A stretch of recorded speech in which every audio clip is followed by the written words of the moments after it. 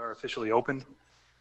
Real quick, before we bring the first candidate in, just wanted to go over the last time we had talked about this as a group, just to reaffirm the process. The chief has printed out the 8 questions. We originally had some, we consolidated them down based on feedback from the board. They're color coordinated, so we'll do a round robin. Each individual can ask a question. Jeff is remote as of right now. And we have a scoring matrix if you choose to use it. I just think it's easy to keep track of the candidates that way. At the conclusion of the interviews, we'll have a period of deliberation that we can use to discuss candidates and the potential of moving forward. So is everyone on the same page? Everyone okay? Yes. Any questions?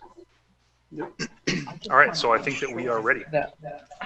I'm muted, right? Even though it doesn't say it, because I think we have to let me. If you're on the Zoom meeting, please make sure you mute yourself.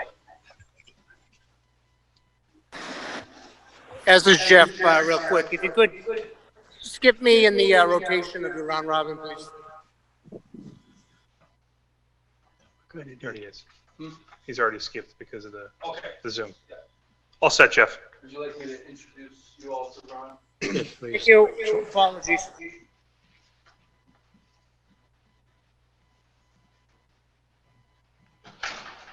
Mr. San Angelo.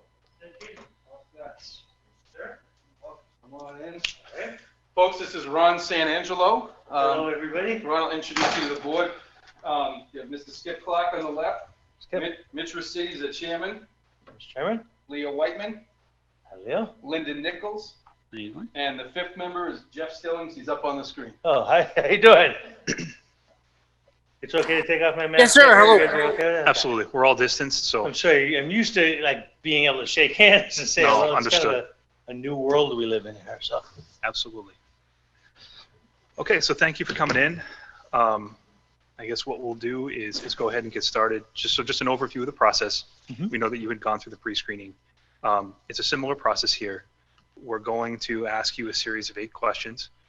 Each board member will do a round robin with the questions, and just respond however you like. And after the interviews are conducted tonight, 3 candidates, we're going to have a period of deliberation on whether we wish to move forward.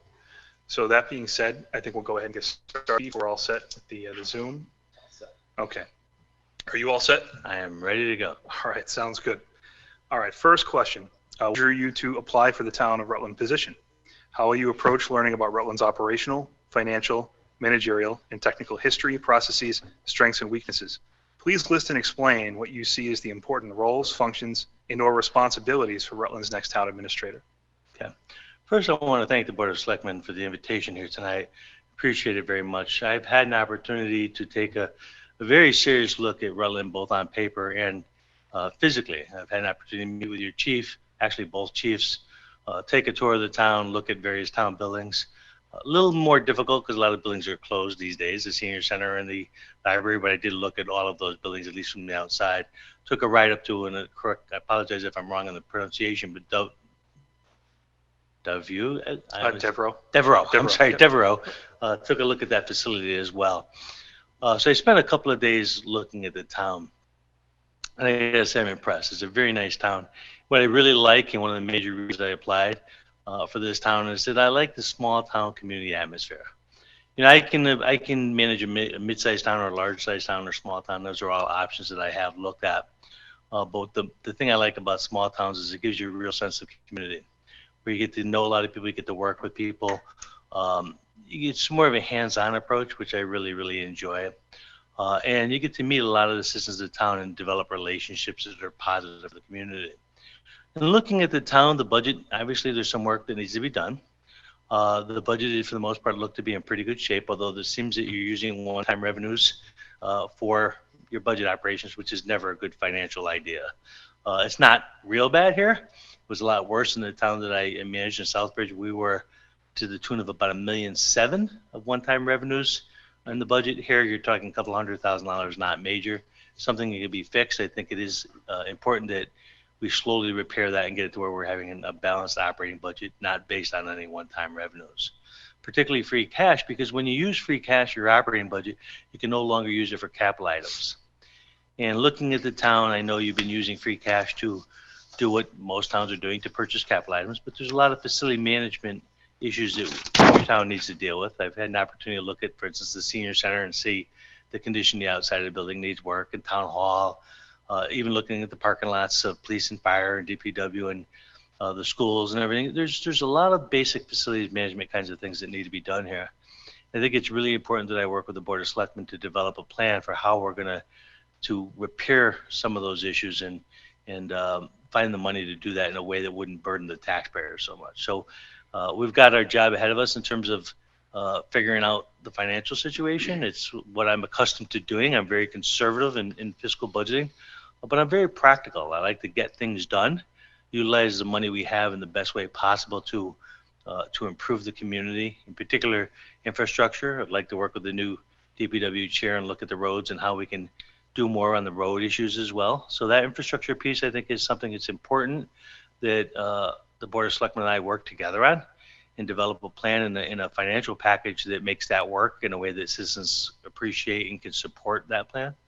I like town meeting form of government. I've had an opportunity to do that for a couple of years in Hanson and enjoyed the opportunity to talk to people in that format and to explain to them the importance of the things that the Board of Selectmen are working on and I'm working on together. I'd like to work with you. I think we actually have to get together pretty quickly and develop what our goals and objectives are. I know the Board of Selectmen is going to have them. It's my job to carry out those goals and objectives. I will give you any recommendations from my experience as to how I think we can achieve those goals and objectives. And then use my project management experience to develop the implementation plan to get things done. We can plan a lot and plan a lot and plan a lot, but at the end of the day, what's really important is getting things done. So you're going to find that's going to be something that I'm going to be working with you on to how do we actually get the things that we want to be practiced and in place. I personally like the community aspect. I love the fact that you do a 4-day 4th of July celebration. It sounds like minor things, but to me, that's what makes a community a home, is those kind of events. When I was in Hanson, I created Hanson Days for that same purpose, is to give that sense of community. I know your 300th anniversary is coming up. I'm looking forward to, hopefully, if you select me, to work on that with you. Those are exciting things. And, the budget and the financial piece I have tons of experience in. It's sort of a no-brainer for me. But I think it's just as important to do those things that make your town feel like a home and where people really enjoy being here. And that's something that I'm looking forward to working with you on. I don't know if that answered all of your questions. If I missed a piece, I'd be more than happy to. No, sir. I think you addressed pretty much everything. Okay. A municipality is a direct service organization. Residents make judgment about their town based on services they receive. What have you done to improve services and perception of town and city in your past position? How do you promote good working relationships among town employees and boards and committees? Well, thank you. That's an important question. It's something that I feel is very important into my own management style.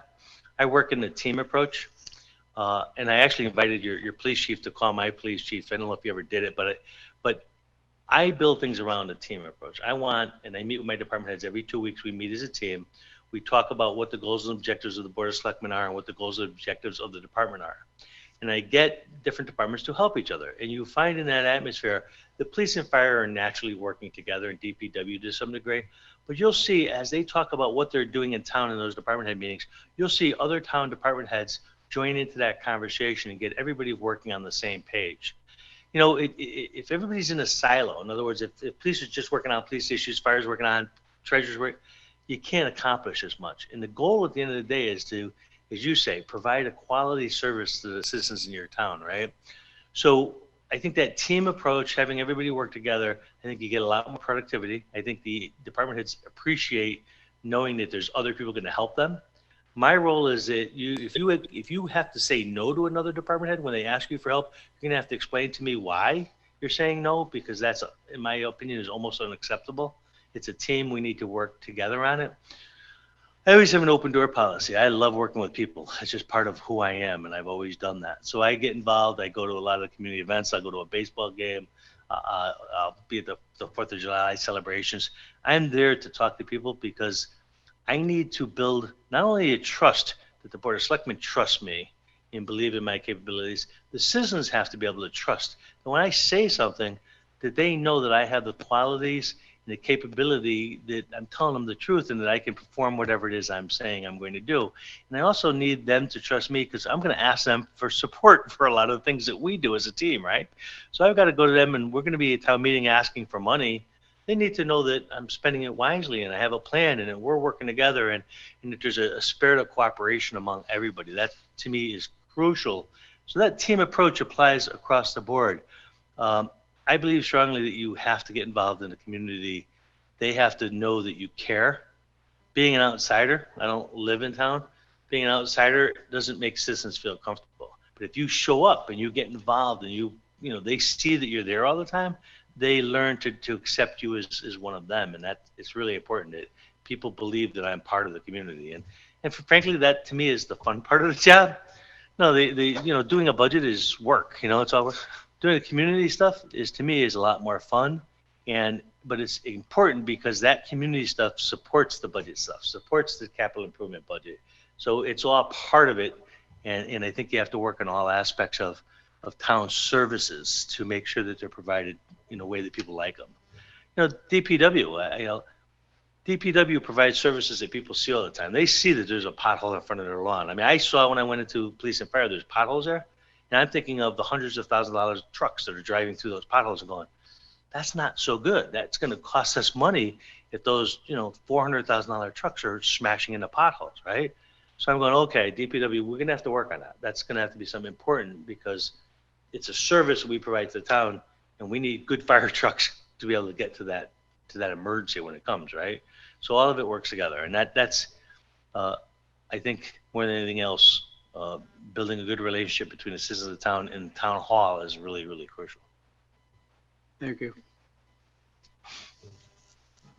So, thank you for your answer so far.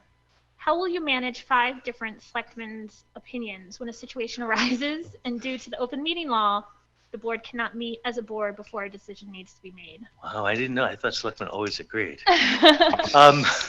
I've never had that world where selectmen always agree, right? So there's a couple of things. I tend to work one-on-one with selectmen to understand who they are and what they're trying to achieve. So if a selectman wants to come in and meet with me, and generally when I first start, I'm going to meet with them to learn about how they want information. You may want it by email because you're at work, and somebody else might be retired and they want to come in every day. So you have to learn what each selectman wants and how they want to get the information. Also, some selectmen have professional ability to help in certain ways, right?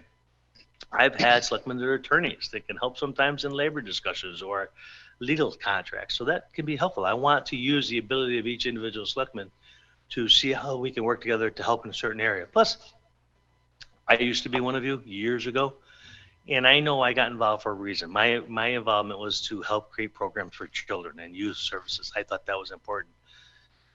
You'll find certain selectmen will have that kind of thing. They got involved because they had a planning issue or a zoning issue or a kids issue or a police issue. I want to work to help them achieve the goal that they made them run for selectmen. But at the end of the day, I work for the Board of Selectmen, right? So my orders come from the Board of Selectmen as a majority, whatever that majority is, and that will change on a regular basis. I find it sometimes, 3 selectmen love the issue and they want me to do this, and that's the majority, and I have to do it. 2 selectmen are not happy that we have to go forward with that. At the end of the day, that's the way democracy works, is the majority works, and I have to go by the majority of what the board says in terms of my actions. I don't work for any individual selectman, although I need to treat every individual selectman with respect, dignity, and try to do everything I can to help them. When it comes to taking orders, so to speak, that's really more from a board perspective. It's not easy. It's never, different personalities are different, but I've managed to work with selectmen for many, many years, and it's, for the most part, it's always went pretty well. Thank you so much. All right, you may have somewhat touched on this, but as a follow-up to Leah's question, boards and town meetings votes are not always unanimous and in the direction of the town, which we feel it should take. So how do you manage the board and the public when there's a majority decision, but a very strong minority opinion as well? Well, once again, my job is to follow the majority opinion of the Board of Selectmen because they set the policy for the town. But just because you have to follow through on the majority's position doesn't mean you disrespect the minority's position. You should look at it. You should evaluate it. You can also sometimes bring some pieces of what the minority wanted to the majority and get support for that as well. So, everybody's in the minority on some issue. It just happens. And just because you're in a minority doesn't mean you're ignored or treated poorly. You still have the right to that opinion. And a good town administrator should understand the pros and cons of any position and see how they can use those pros and cons to benefit the town as a whole. But, it's funny, the Board of Selectmen, or we call it Town Council where I was, they voted for like 99% of the issues that I brought forward to them. But that didn't mean that it was unanimous every time. It was often 7-2 or 6-3. And I felt I had tremendous support. But, sometimes selectmen get mad at you because, you have to do what the 6 people wanted, not the 3 people. I'm polite and courteous and do what I am, but that, sometimes I can't control the fact that somebody's upset that they didn't get what they want. And I just need to treat them professionally and with courtesy, and it is what it is. But that same person who hated me on this issue because I filed the board, on the next issue loves me. It changes at every selectmen's meeting and every time decisions are made. So, you do over long periods of time that tends to hurt you, but it is what it is. It's part of the job. Thank you. Rutland is growing at a rapid rate. One of the fastest growing communities in central Massachusetts. What experience did you bring to the town in areas of financial planning and growth management to deal with the impacts of growth? Well, first of all, I have a tremendous amount of experience. I've served 7 years in one form or another in Massachusetts as a town manager or town administrator, one of the two. I have broad experiences. In Southbridge, it's a much more complex community in terms of finances, and it's just larger and has a lot of bigger poverty kind of issues that you don't have. So I gained a great deal of experience that can help this town because of the all the different curves and learning things I've had to learn in Southbridge as a result of how big they are. You want growth, but you want planned growth. So first of all, I'd want to understand what the planning and zoning laws are and where you want that growth and where you don't want that growth and where you want residential growth and potentially where you want commercial growth. For instance, one of the projects, and I forget the name of it off the top of my head, something Heights, where you guys are looking at mixed use development.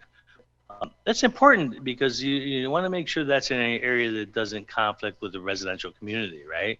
So you want your commercial growth to be all together with commercial growth and residential.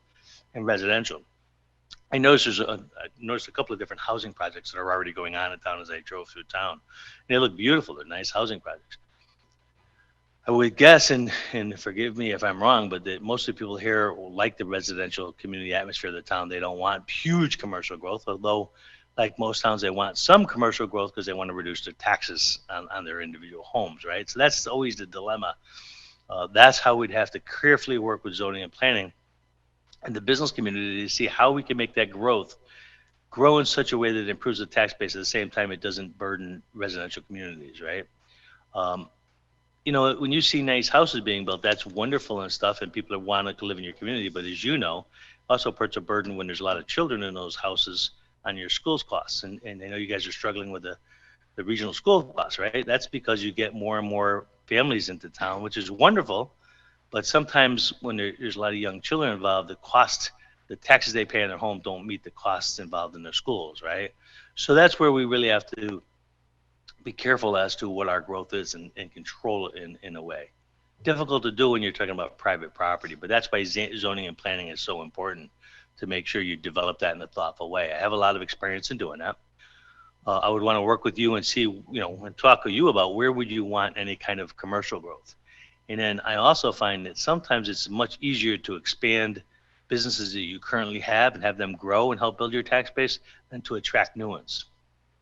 Particularly, you guys don't have a highway driving right by, which always makes it really difficult when you're kind of interior away from highways and stuff. So we would have to see what we could do to attract people here. And you can use some forms of, tax incentives and things to do that. But it's not easy, and you want to work with the State Department of Economic Development to work with them on any kind of incentives that you might want to do. There's also ways to create new revenue with things, and I think you guys have already tackled it to some degree, is the whole solar issue. I know I made a lot of revenue for the town by doing solar projects. I noticed there's a couple as they come into town. I'm just not sure where you guys are with that, but solar has been a help for driving some additional revenues, and there's no cost involved. And hopefully you have land that's not so great you can't use for anything else, and you use it for solar, and that gives you some new revenue.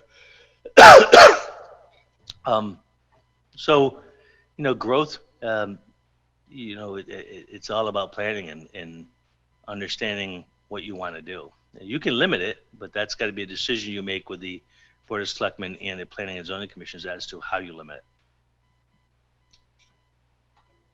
Thank you. You kind of answered this one before, but our citizens expect their public officials to be available and accessible to them at all times. How do you interact with citizens, and what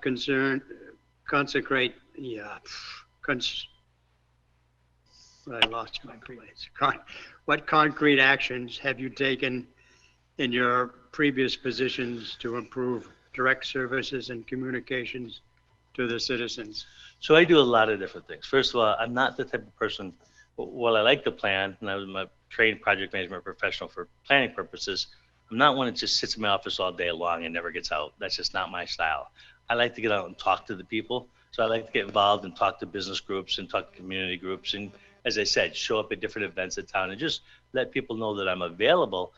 Because frankly, you get more questions at the local sporting event than you do in your office. Very few people come to visit you in your office. But if I'm at, a local baseball game, 5 people in the audience will walk up and say hello. And, oh, geez, what's going on with this on my street? And they'll ask me questions. So getting involved in your community is a lot more than just sitting in town hall all day. It's getting out and getting involved in different things. Also getting involved with the boards and commissions, working with them to fulfill what their goals and objectives are. So if you're working with the Trails Committee, for instance, you want to work and help them plan and get involved and go look at the trail. And if they have a trails event to promote trails, you want to be a part of that kind of event. So that's another piece of it. I use Facebook, but only as an outgoing tool. I don't talk to people on Facebook. I found it just disastrous. But it's a great source to give people information. So it's good to post information on there for them to see. And again, if they want to ask questions, they can come in my office. But it becomes, you don't want to have debates on Facebook. It's just a horrible method. Smart. It's a horrible tool. But it's a great tool to say, hey, there's a storm coming. DPW is going to fix Route 122, and this is what's going to. You just leave information for them. The Board of Selectmen voted for this because it's something you should know. It's also great to use your community access station. I assume that this is it back here. Mm-hmm. And I meet sometimes with selectmen, and we'll do a little show. Maybe they want to talk about recycling, or maybe my health director wants to talk about recycling. I said, and I'll have a little show just to talk about, what it is we want the public to know. How to recycle, how to prepare things for your transfer station or landfill or whatever it might be. I've used public access as a tremendous tool to benefit the community as well. It's nice sometimes to have your police chief come in and talk about the role that, maybe as a DARE officer or officer in the schools, resource officer, you talk about that and let the people know that service is available to the school system to help their children at the school system. So there's a lot of ways to do that. The police are trying to get a message out in the community. These days, they all have Facebook pages and everything else. But you work with the various departments to try to figure out how to get the message of particularly the successes that the town has to the public, so they understand what they're getting for their tax dollars, right? Most of us want to know, I'm paying, everybody feels like they're paying a lot of taxes. What do I get for that? And that's where I think you have to, as a community, explain to people all the benefits they're getting for their tax dollars. And I think that's, a lot of towns fail at that. They don't really tell people what it is they're doing, and people just assume that they're not doing anything. So we need to do a good job of explaining what we do to the public so they understand that, hey, oh yeah, I pay a lot of taxes, but God, look at the schools and look at what the police department is doing. And so I think that's the best way to get out to the community. One other little. How do you work with the Businessmen's Association? With the what association? Businessmen's Association. So in my life, I've served on what we call an economic development corporation, which is very much like a business association. I work with local chamber of commerces as well. In Southbridge, I had to recreate we call it the Southbridge Business Partnership. We had to create it from scratch because all they were doing when I started there is they were planting flowers downtown. Now that's not very productive for a business community. So we rebuilt the South and built up a Southbridge business partnership. And what that business partnership does is now it's a networking thing for all the businesses in town.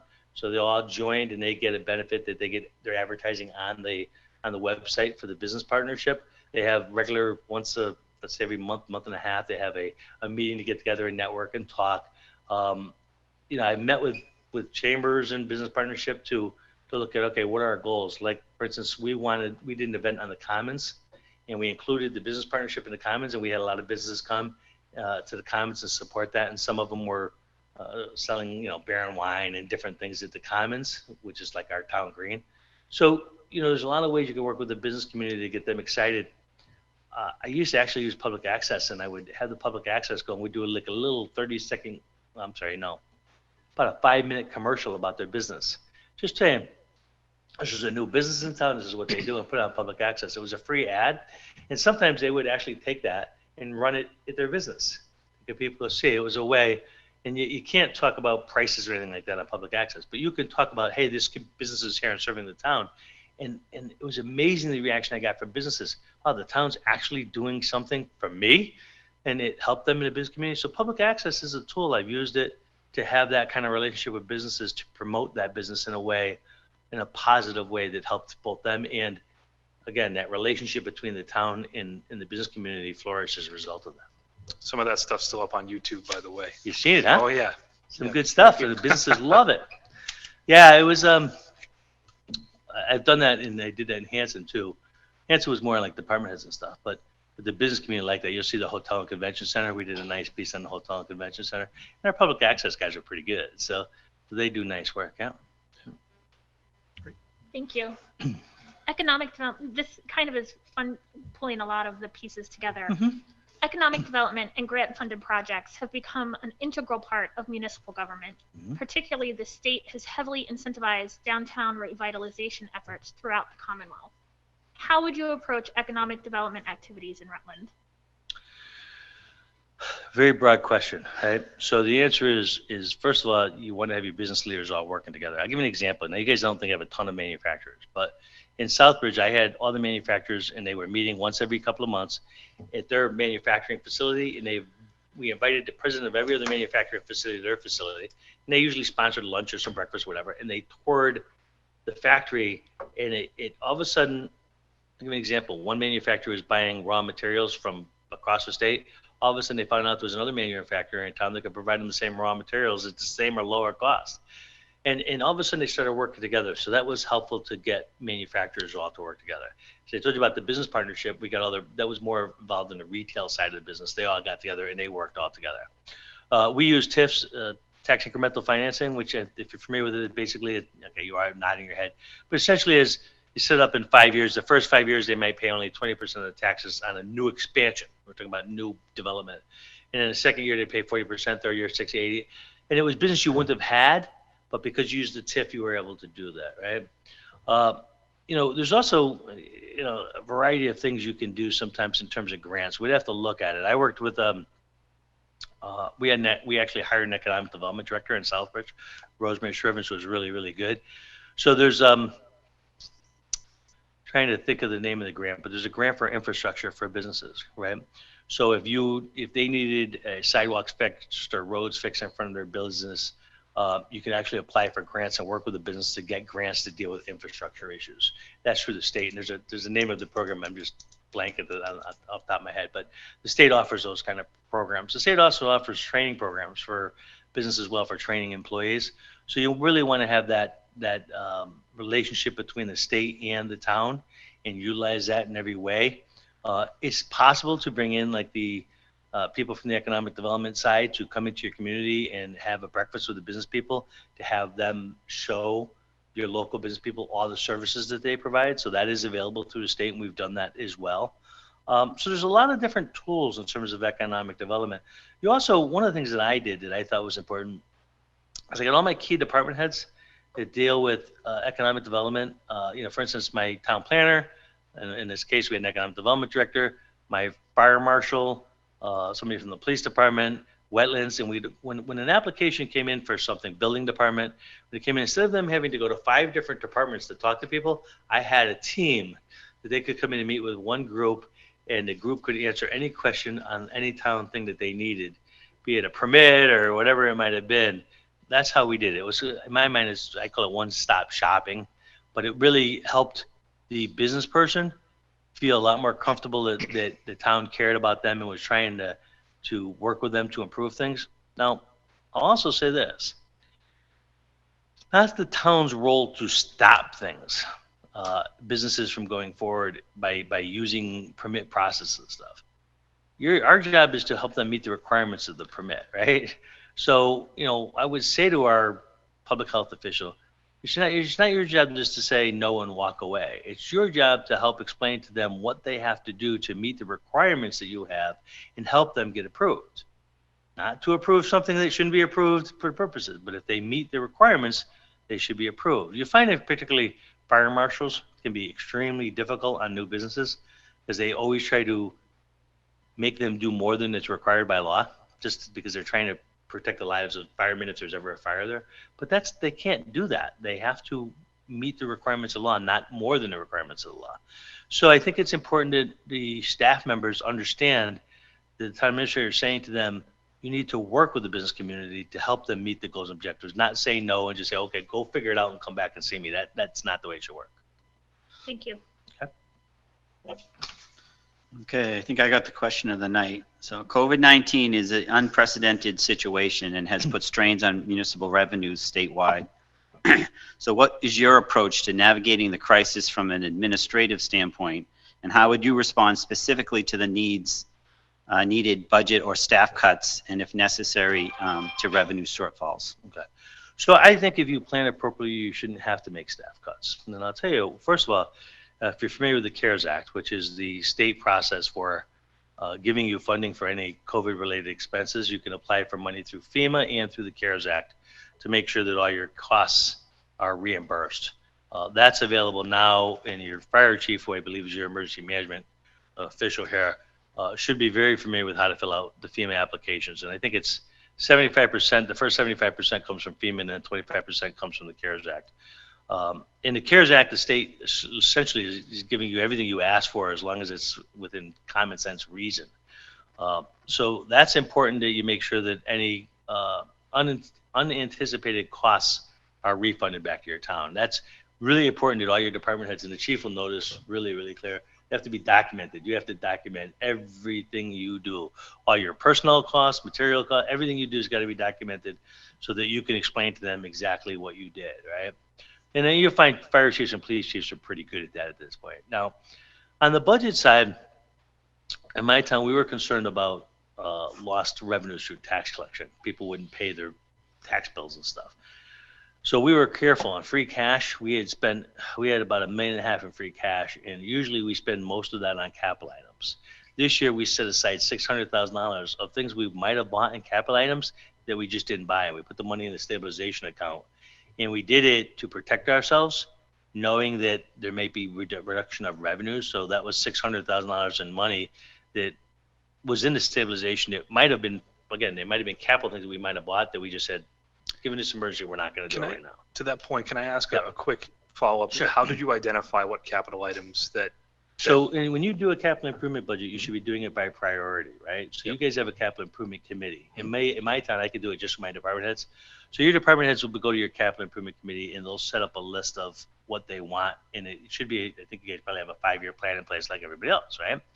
So you develop your 5-year plans. Well, we will have a 5-year, but you should have a serious 5-year capital plan. And that goes to that earlier comments about the facility management, how we do that. We really need to plan that and then to put that into the 5-year capital plan. But when you develop the 5-year capital plan, and I'll be having to work with the capital committee here, we also prioritize what we're going to spend on first for any given year. So let's say 2021 is upcoming. We put our capital improvements into each department, and we prioritize what are the most important things.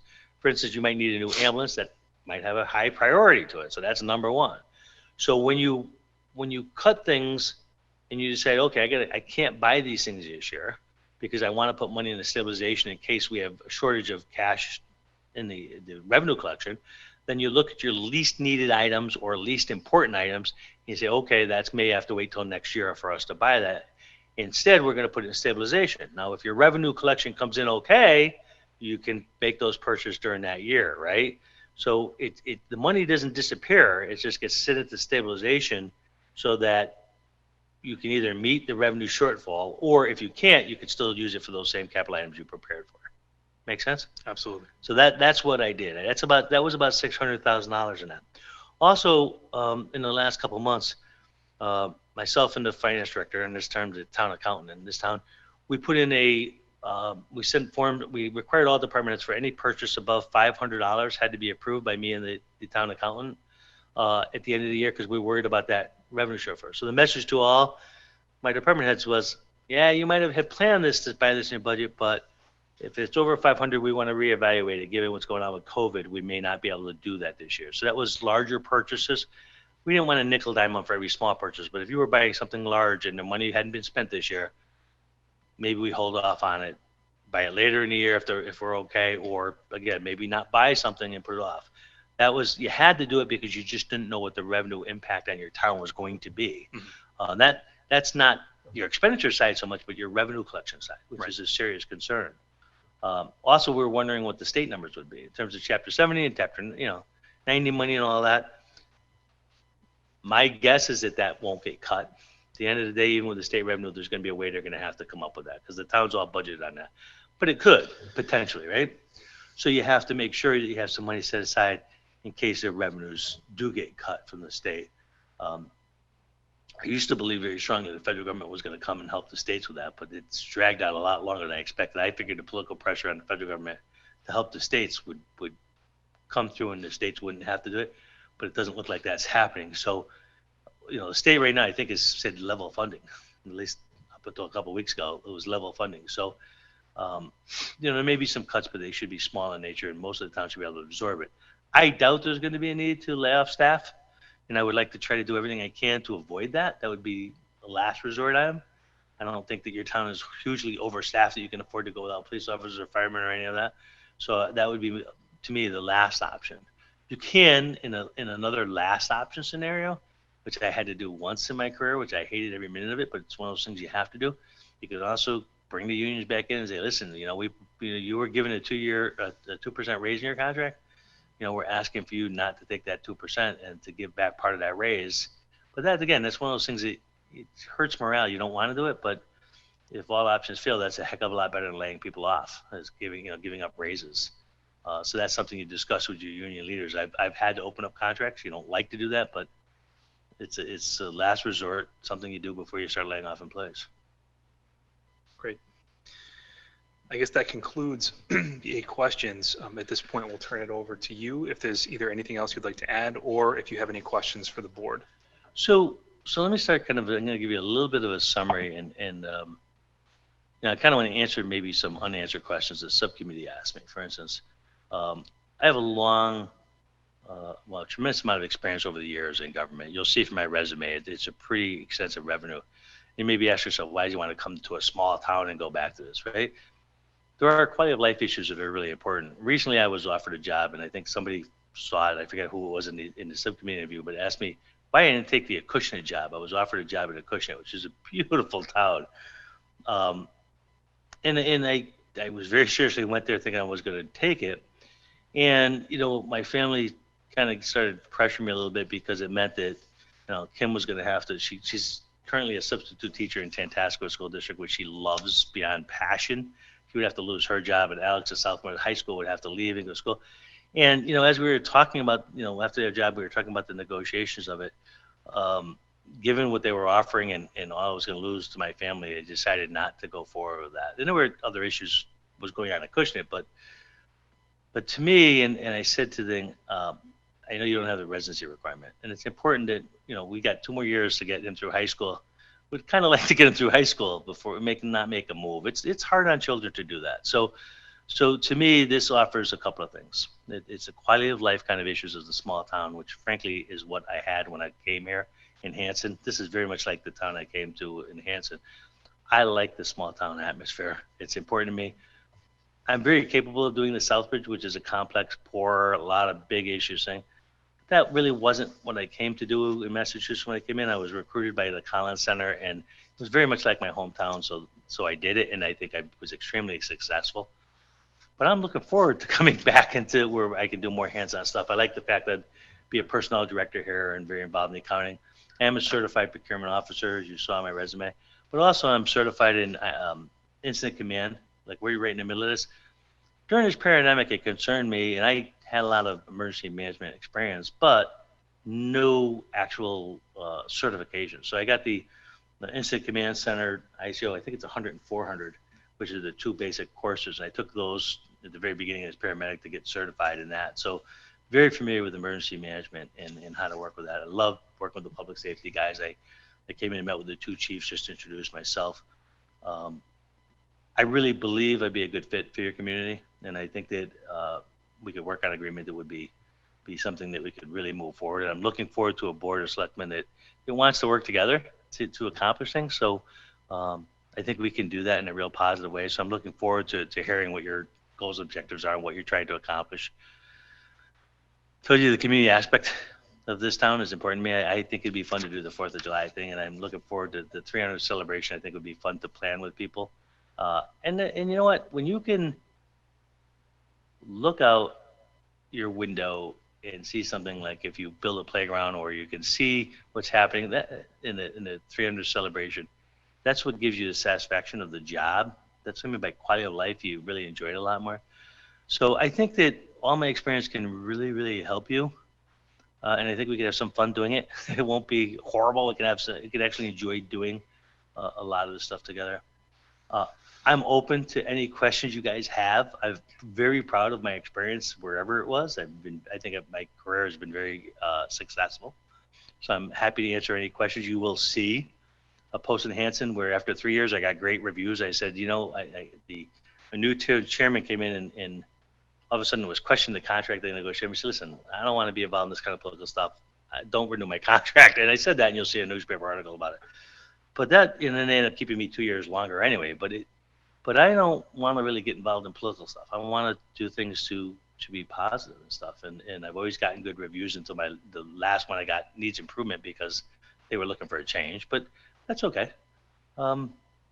I love the town of Southbridge, and I'm gonna fall in love with this town. It's just part of who I am. You know, I mean, I wouldn't come here if I didn't feel like I could really be positive for the community. And if you don't fall in love with it, and you don't become part of it, then you're never going to be as good as an administrator. You have to have that commitment, and that's what I would bring to you. In terms of questions, you know, I asked a question, and I guess what I like to know from you is, and I don't want all the goals and objectives, but what's the big goal and objective you see of the town? Is it repairing infrastructure? Is it fixing some of the financial issues? What's the major kind of goal and objective that the Board of Selectmen has talked about that they really would like to see move forward? I can let everybody take a crack at that if they want.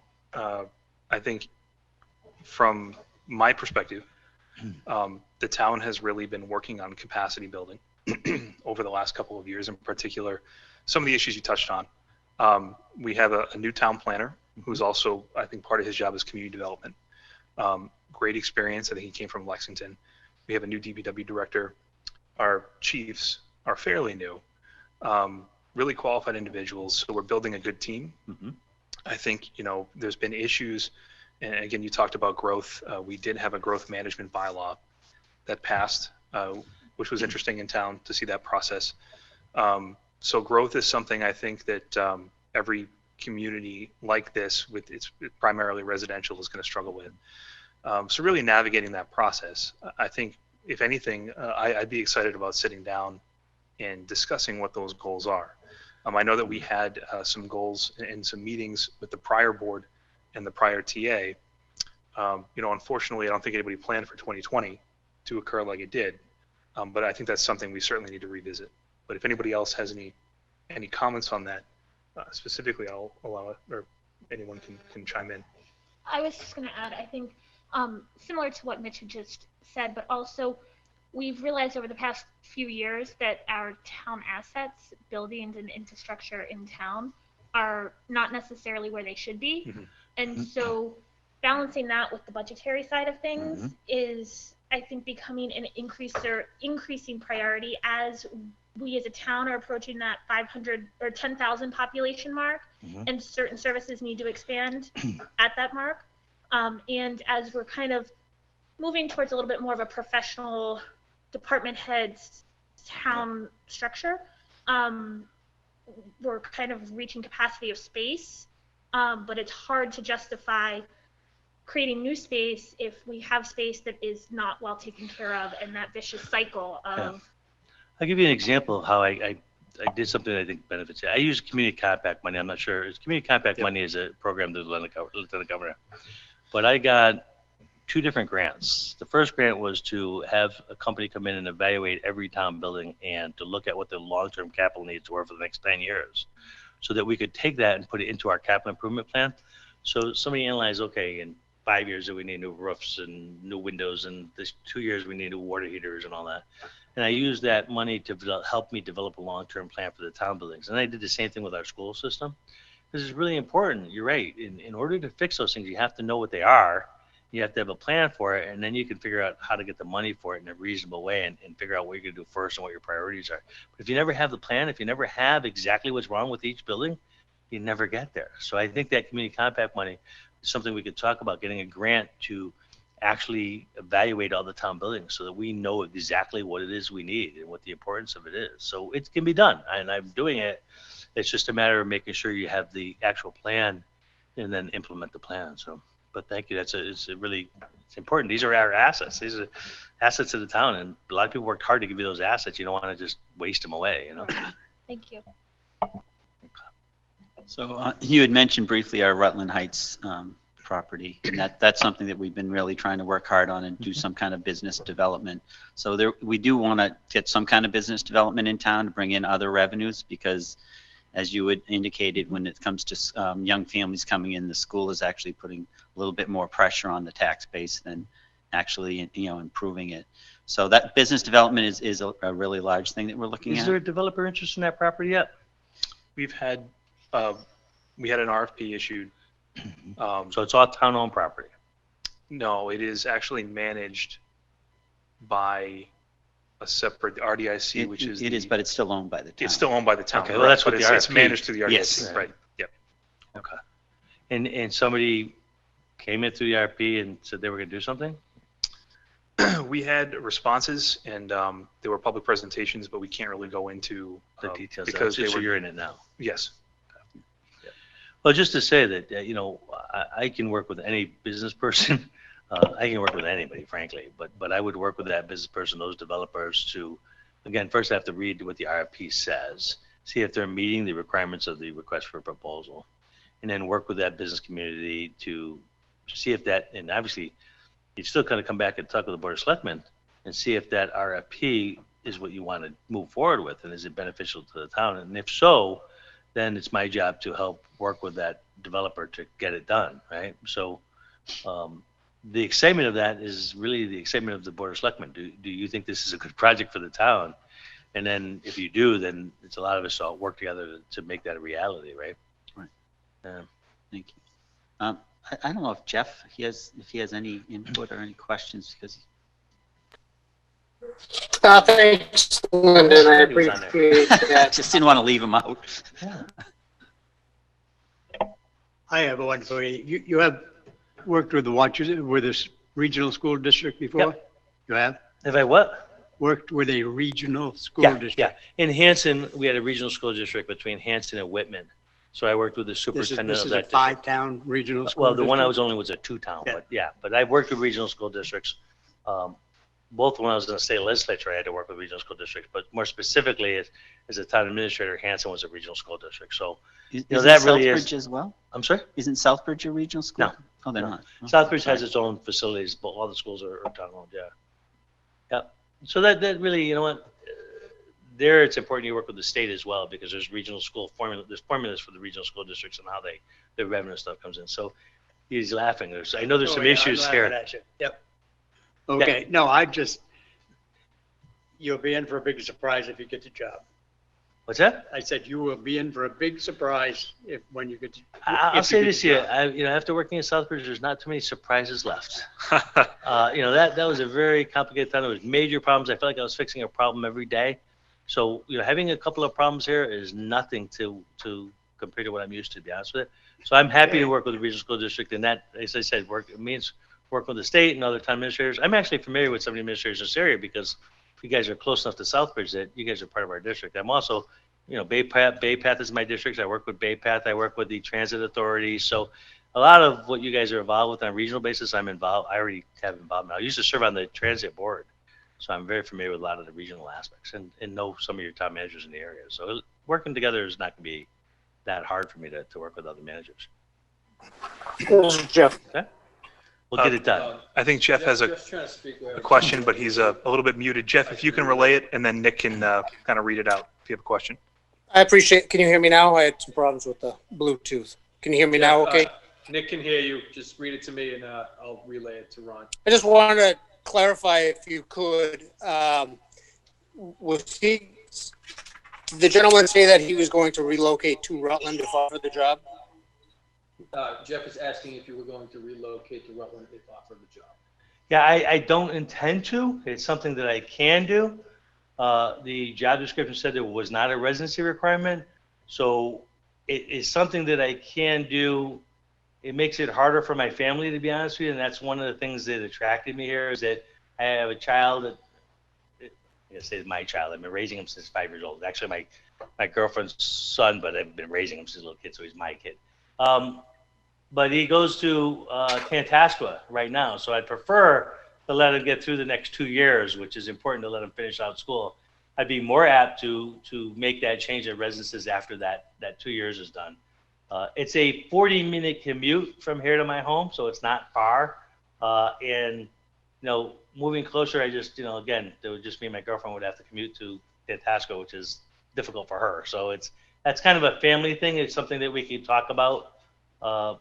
But I didn't. There isn't a requirement, which is why I didn't. That was kind of as I said to the committee, that's one of the benefits for me. It makes my life easier than having to move and everything. Great. Do we have any further questions from the board? Jeff, you all set? Fix it. Maybe it works. Did he hear my answer? All right. Hey, Jeff, can you hear me now? Did you hear Ron's answer?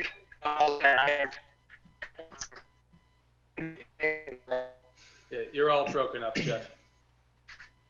Just go to meeting or Zoom, or what is this? Zoom. Jeff, you all set? All right. I think we're He just muted himself. okay. He's all good. Okay, great. Sorry about that. It's the joys of this kind of a situation. Ron, really appreciate you coming in. I think, the fact that you're sitting here just speaks volumes about the application materials and the interview you gave initially, and we really appreciate the time.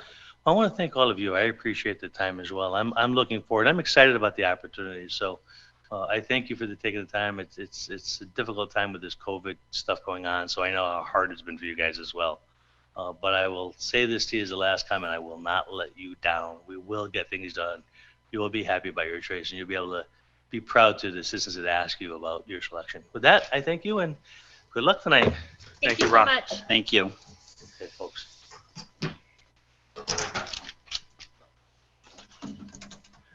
Everybody, this is Dory Vecchio. Dory, I'm going to introduce you to the board. From your left, you have Skip Clark. You have the chairman, Mitch City, Leah Whiteman, and Lyndon Nichols. How you doing? And up on the computer screen, you get Jeff Stillings joining us in the Zoom meeting. Perfect. Thank you. Hi, Dory. Hi, Jeff.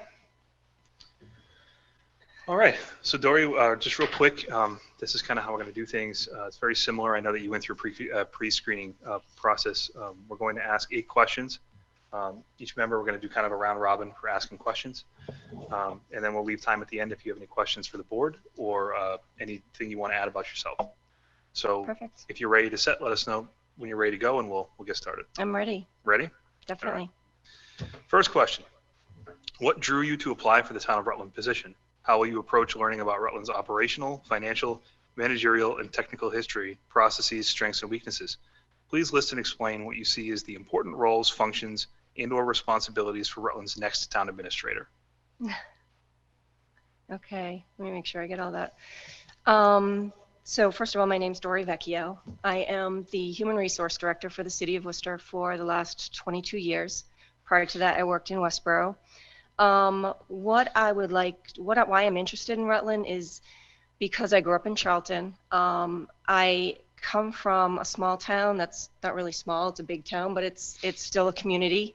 It has the same type of town government that Rutland has, which is much different from Worcester. Although I appreciate Worcester quite a bit, I've worked there for a very long time. I believe that the open meeting, community participation type of town meeting is really important. And I'd really like to get back to that type of scenario for my job. I really want to start working with people and with the community versus I do a lot of great work, but I don't actually touch the community like I really would like to. How I would learn about Rutland is I would meet with everyone. I think that's the key to figuring out what Rutland's needs are, what Rutland wants, and how people feel about their town, whether they work here or they live here. And I think that knowledge is going to help me be the best town administrator that I can be, because ultimately I work for you. I live in Worcester, right on the Worcester-Holden line, so I don't live in Rutland. So I would have to learn about everything about Rutland. Do I know things about Rutland? Yes, I know we go to the rail trail here. You've got some great open space, beautiful homes, mostly residential, quaint, has a lot of integrity, a lot like Charlton. Again, I go back to where I grew up. So there's a lot of great things about Rutland that remind me of where I grew up. The important role I see as the town administrator for the town of Rutland is that you need someone who is going to work with you, to develop a strong relationship with you, to learn about what you need, what you want to do, and help you get there. So in other words, at a town meeting, if you have issues or if there's an issue that's coming up, you need to look to the town administrator for guidance, for support. You need to know that they're going to be there, that they're going to know how to help you. And if they don't necessarily know the answer, they're going to get the answer so that you can make the best decision possible in your position. I mean, that's how a town succeeds. It's the strong relationship that you have. It doesn't mean we're always going to agree. That never happens, and it would be odd if it did. But you need to be able to look at all the pros and cons of every situation, and that's what my role would be. In addition to running the day-to-day operations of the town, working with department heads, understanding their thoughts, their concerns, their wants and needs, that is another very equally important aspect of the job. Great, thank you. This is a municipality. It is a direct service organization. Residents make judgments about their town based on the services they receive. What have you done to improve services and perception of the town, city services in which you in your past position? How do you promote good working relationships among town employees, boards, and committees? Okay. I agree 100% that the people who live in the city or town basically are either happy or they're not, or there's middle of the road, and it's based on what you can provide. The basics: water, sewer, safe streets, recreation, school, all of those things that a municipality provides is extremely important to not only look at the basic services that a town or a city can provide. In this case, I did quite a bit of research, and I was listening to some of your meetings about recreation, and even like this past summer with the city of Worcester, I was very active and involved in hiring for our rec program because the kids had nothing else. You know, those types of programs are really important, and it doesn't matter if it's a city or town. These kids were out of school for months starting in March. So it took, because those cities so big, it took a team, but we did it, and it was all hands on deck, and we got programs in our parks, and those types of programs for the town of Rutland are extremely important. In addition to that, I was also listening about the senior, the pavilion. That is a great idea. It's these, again, the same thing with Worcester. We have similar, Worcester's big, and everyone thinks that, you know, how can you go from a big city to a town? We have similar issues. Our senior citizens were stuck at home. They didn't have the technology that the younger generation has. So when I listened to your meetings and I was thinking about the pavilion, I thought it was just such a great opportunity for seniors, but also the conversation went on to other opportunities within the town of Rutland for other people to use it as well. Those types of programs are really important. In working relationships with people, I have to tell you, relationships are the most important aspect of this job. In respecting people, in working closely with people and listening. You don't always have to agree, but respecting and trying to think outside the box as well. I am very confident in my ability to listen and to learn and to take constructive criticism, but also offer options and different thought processes. Everyone's different. The more opinions we have, people get threatened by that because it's difficult.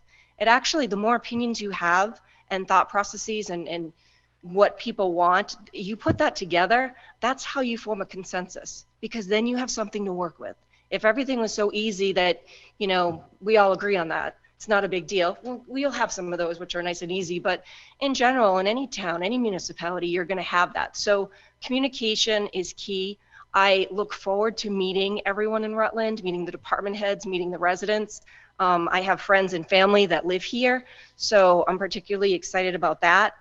But that's the most important thing, Skip, I would say, is communication and developing relationships with everyone. And it doesn't mean I have to be their best friend. It just means that there needs to be a level of respect and open ears. Thank you. Thank you, Dory. How will you manage 5 different selectmen's opinions when a situation arises and due to the open meeting law, the board cannot meet as a board before a decision has to be made? That's a really good question, and it's interesting. I sometimes run into that now, and my job I would see as providing as much information and data, accurate, detailed, comprehensive information for you to make your decision. It is not it's not my job to change your opinion, but it is my job to make sure that you can look at every situation thoroughly and have accurate information, whether I get legal advice or whatever that I can provide you, whether it takes research, calling other cities and towns, which I do now already, MMA, the state of the governor's office, whoever we have to call to get the information you need to make the decision. If there's 5 different opinions, unfortunately, you'd have to work that out amongst yourself, but you will have everything you need from me to be able to make that decision. I'm very confident of that. And I guess if a decision needs to be made and the board can't meet based on the open meeting laws and posting requirements or whatever, and you need to obtain kind of the board's wishes outside of that. Well, that would be another whole challenge, and I'm sure that happens, especially with COVID.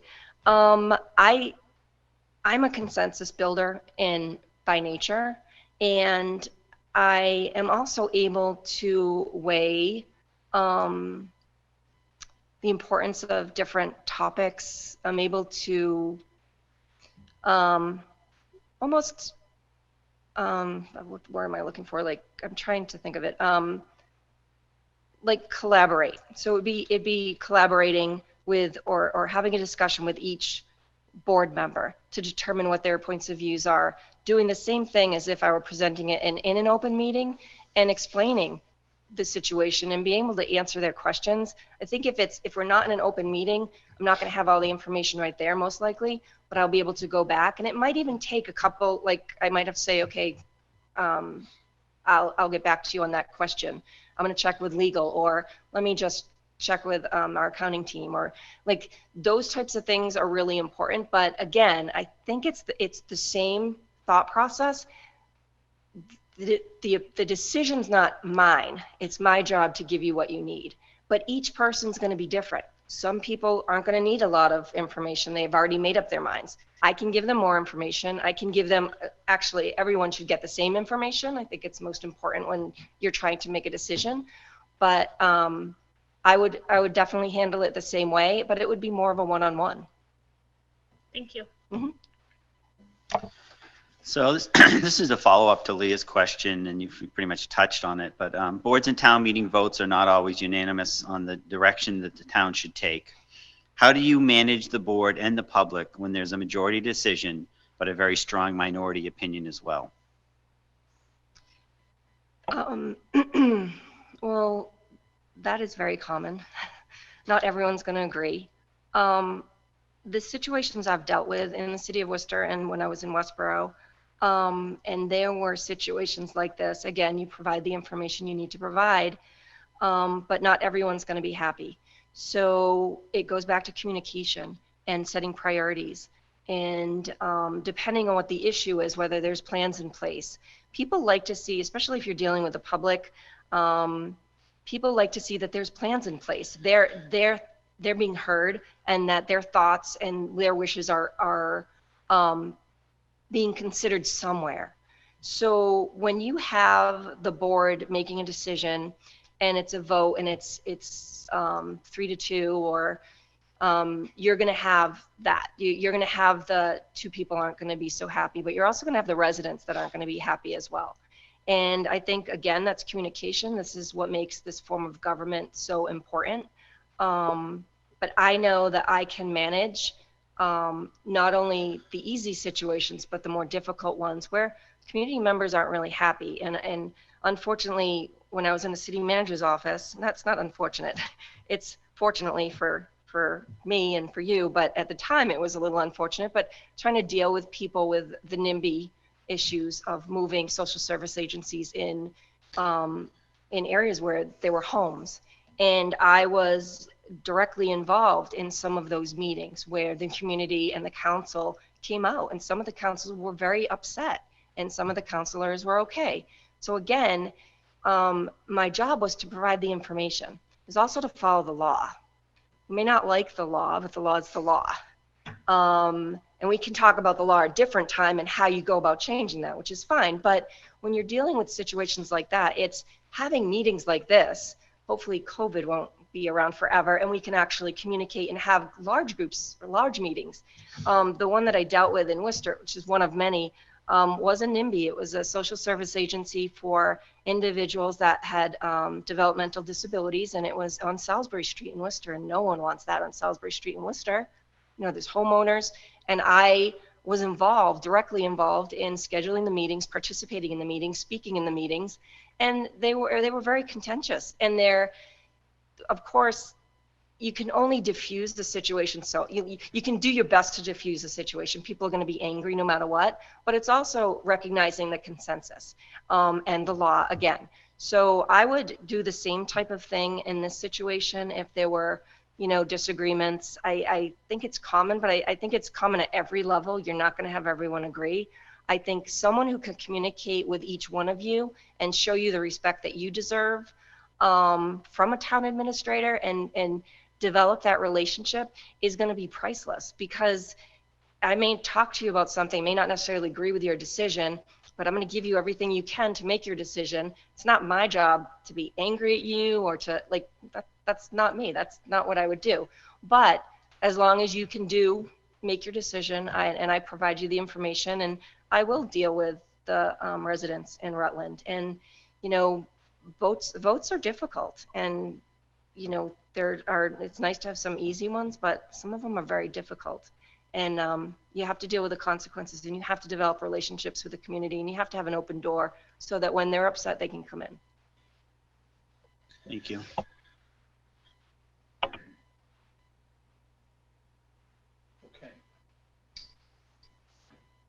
Microphone on. Rutland is growing at a rapid rate. In fact, we're one of the fastest growing communities, I think, in central Massachusetts. What experience would you bring to the town in areas of financial planning and growth management to deal with the impacts of growth in Rutland? Thank you. Rutland is growing. Rutland has been growing for years and years now. It's interesting because everyone wants to live in Rutland because it's beautiful and it's away from the city, but it's so close you can pretty much get anywhere. Unfortunately for the town, the rapid growth is not as, it's not that you don't want people to come in, it's just you have resources and you have services to provide to your residents.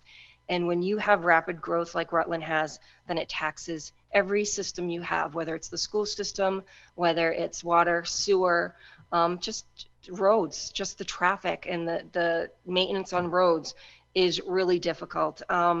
What I would do is I would work with the board, I would work with our DPW council if necessary to talk about different areas where you could possibly, it's never comfortable to say restrict, but possibly restrict some development. I know you already have development projects up and, you know, spearheaded to move forward, but in recognition of the constraints of resources in the town, I think we need to look at all options. You're not the only town who's gone through this. It's huge growth. Like I can't even stress it enough.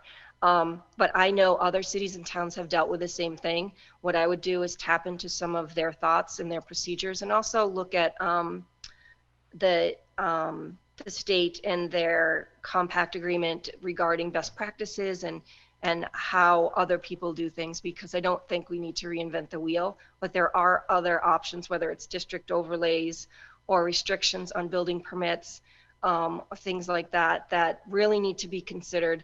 But I think an analysis of water, sewer, roadways, all of that needs to be done. I think it's already been done in your case, but those types of things need to be monitored, especially as you continue to grow.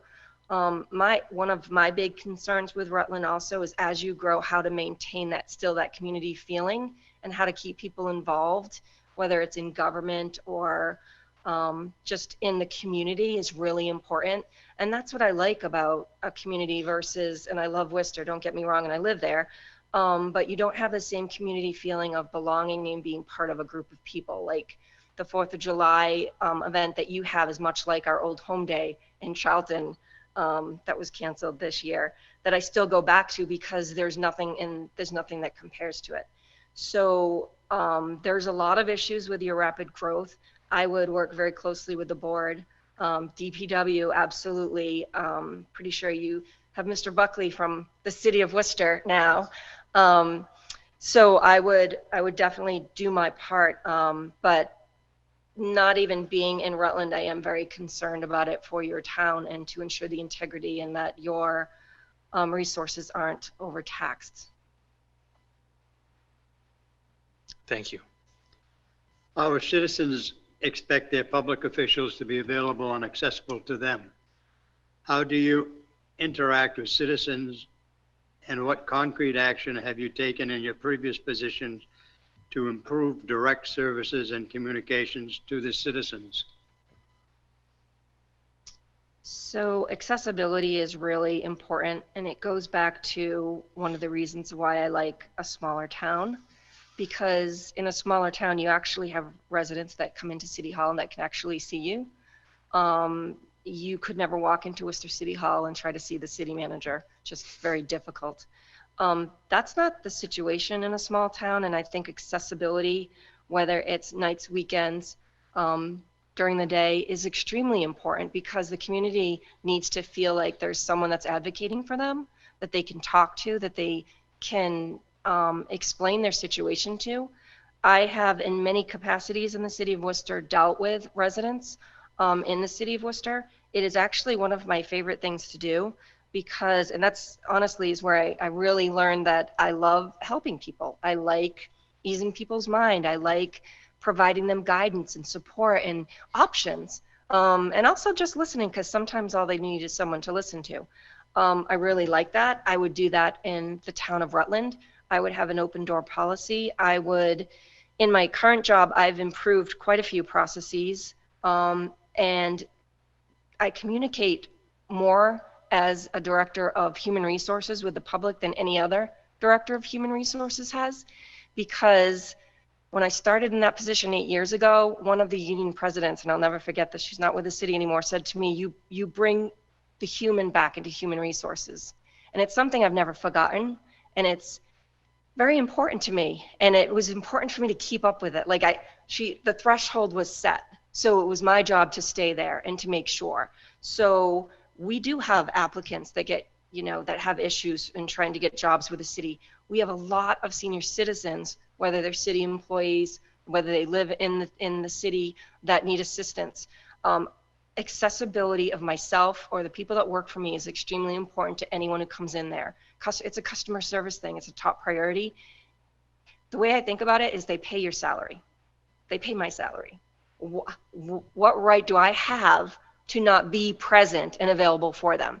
I know it sounds simple, but there's nothing that I wouldn't do to try to help a resident, or and I do it now in my job. And I've seen it. You wanted an example. I've seen this past season with COVID-19, a lot of our seniors struggle. We've seen a lot of people lose their jobs and looking for jobs. And I have met with people outside City Hall, even though we're not open, because they still need that connection. They still need someone to speak to. They can't speak to me. I make sure that someone else is available to speak to them. But there's no reason why I can't speak to them. Our meetings now are all remote, which is actually wonderful. I'm not running all over the city, so we pretty much can get more done. But processes can be changed and should be changed to ensure that customer service is a top priority for the town of Rutland, and I believe it is.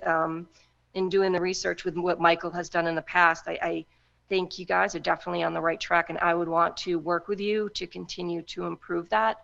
I've also dealt with residents who were not as happy when I was in the manager's office about anything from sewer backups to potholes, which is actually a really good one.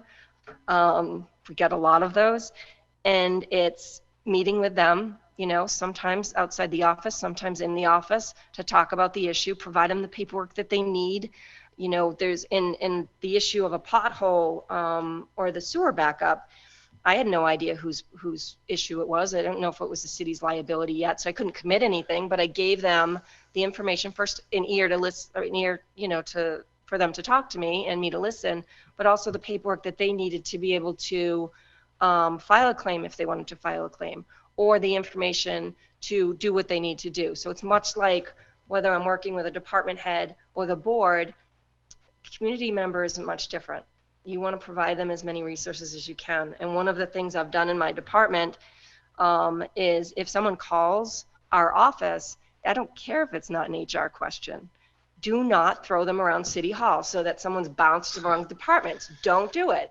And I have great people that work for me, and they don't. They're like, okay, this isn't what you need to talk to, but this is who you need to talk to. They get the person on the phone, then they connect them. So it's just a matter of and respect, actually, civility. Thank you. Thank you. Changing gears a little bit, economic development and grant-funded projects have become an integral part of municipal government.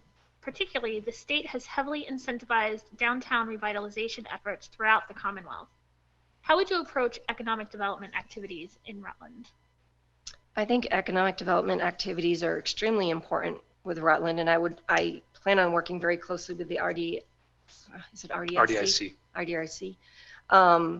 and the board on economic development. I have a lot of experience with grants. I was a grants manager in the city of Worcester for I think 3 years when I was the finance manager in the budget office, and I applied for and received and tracked several grants, whether it was public safety grants, economic development grants. We had a lot of CDBG block grants, facade program grants, rapid housing and homeless grants that I was responsible for, that I applied for. I tracked, I set systems in place and policies in place on proper tracking to ensure that especially grant funds are tracked properly. And from the economic development standpoint for Rutland, I think, again, it goes back to your challenges, which you do have many challenges in regards to the infrastructure. You have a lot of great open space. Rutland Heights is a great area. There are restrictions, I know to that. I would plan on working very closely with the board, with legal, DPW, and RDIC to try to bring in companies that could thrive here. And you have to do an assessment. You have to look at what will survive here, what will make it. You don't want to just try to bring in anyone. You don't know. I would have to look and see what the community wants, what the board wants, what the needs are. There's a difference between want and needs. But that would be a top priority. I also think that the master plan, I've reviewed it in depth. I know you're working on updating it. I think it's really important for multiple reasons. One, because it provides us just the path for the next 5, 10, 15, even 20 years. I think planning is extremely important, especially in a small town. In a city, you have a little bit more money to fluctuate and move back and forth and change things up again.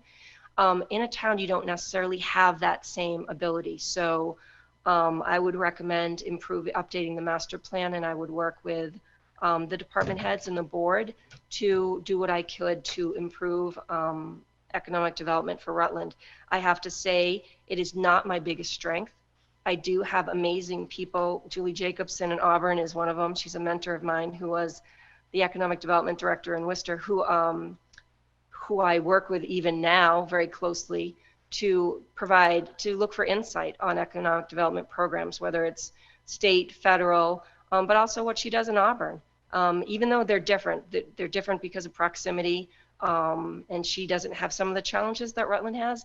I do have the resources to get the information that we need to make the choices that you need. Thank you. Great. Okay.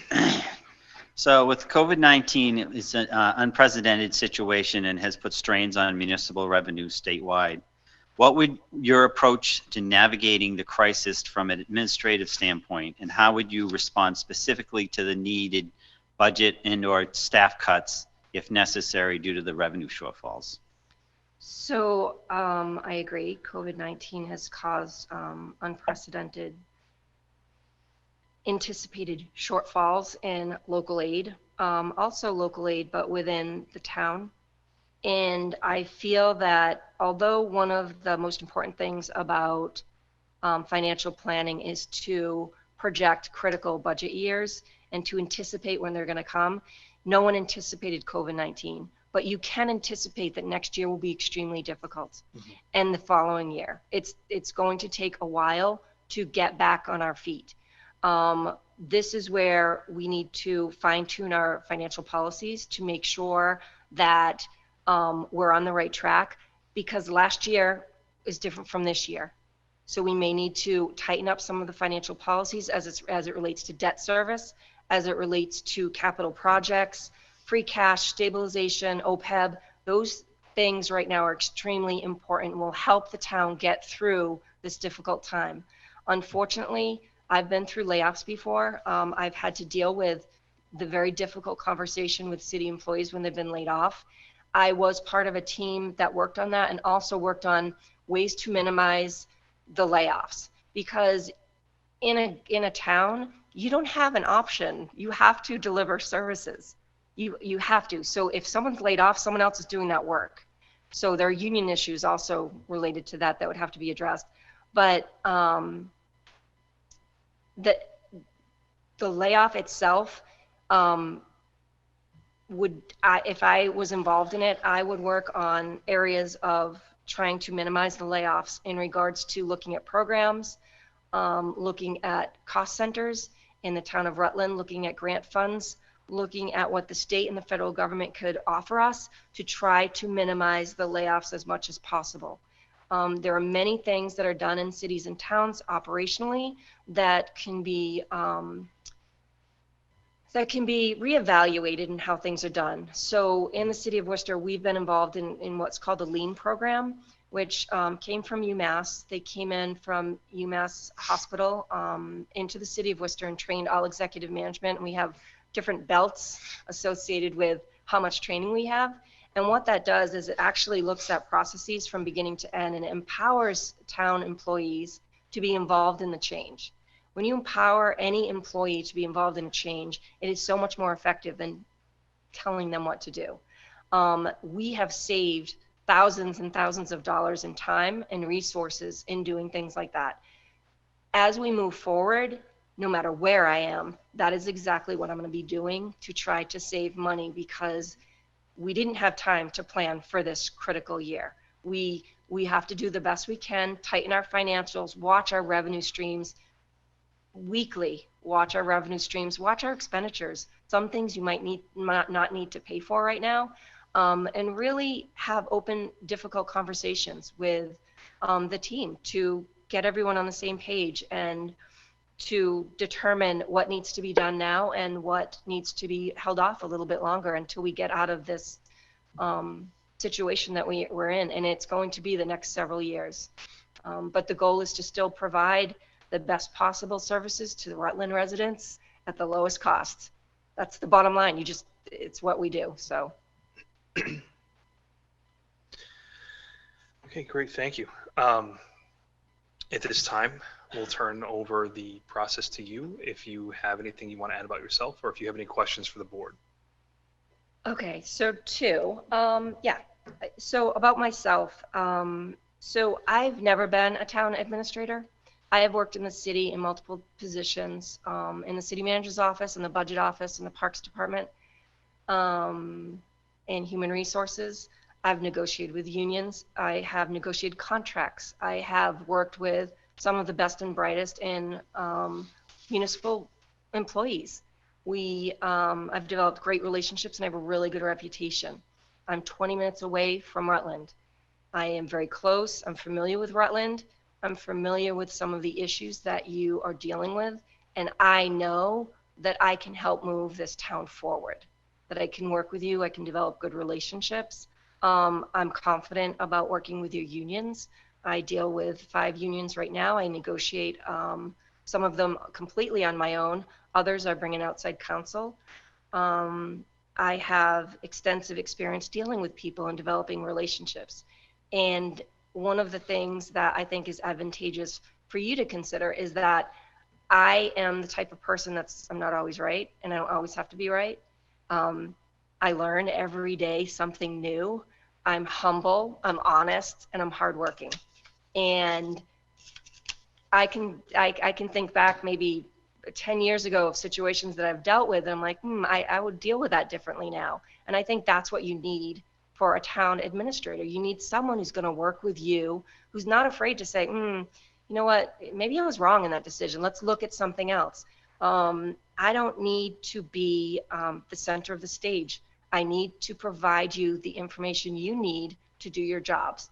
And I'm really good at that. And I just want you all to know that. I do that on a daily basis right now with the city manager.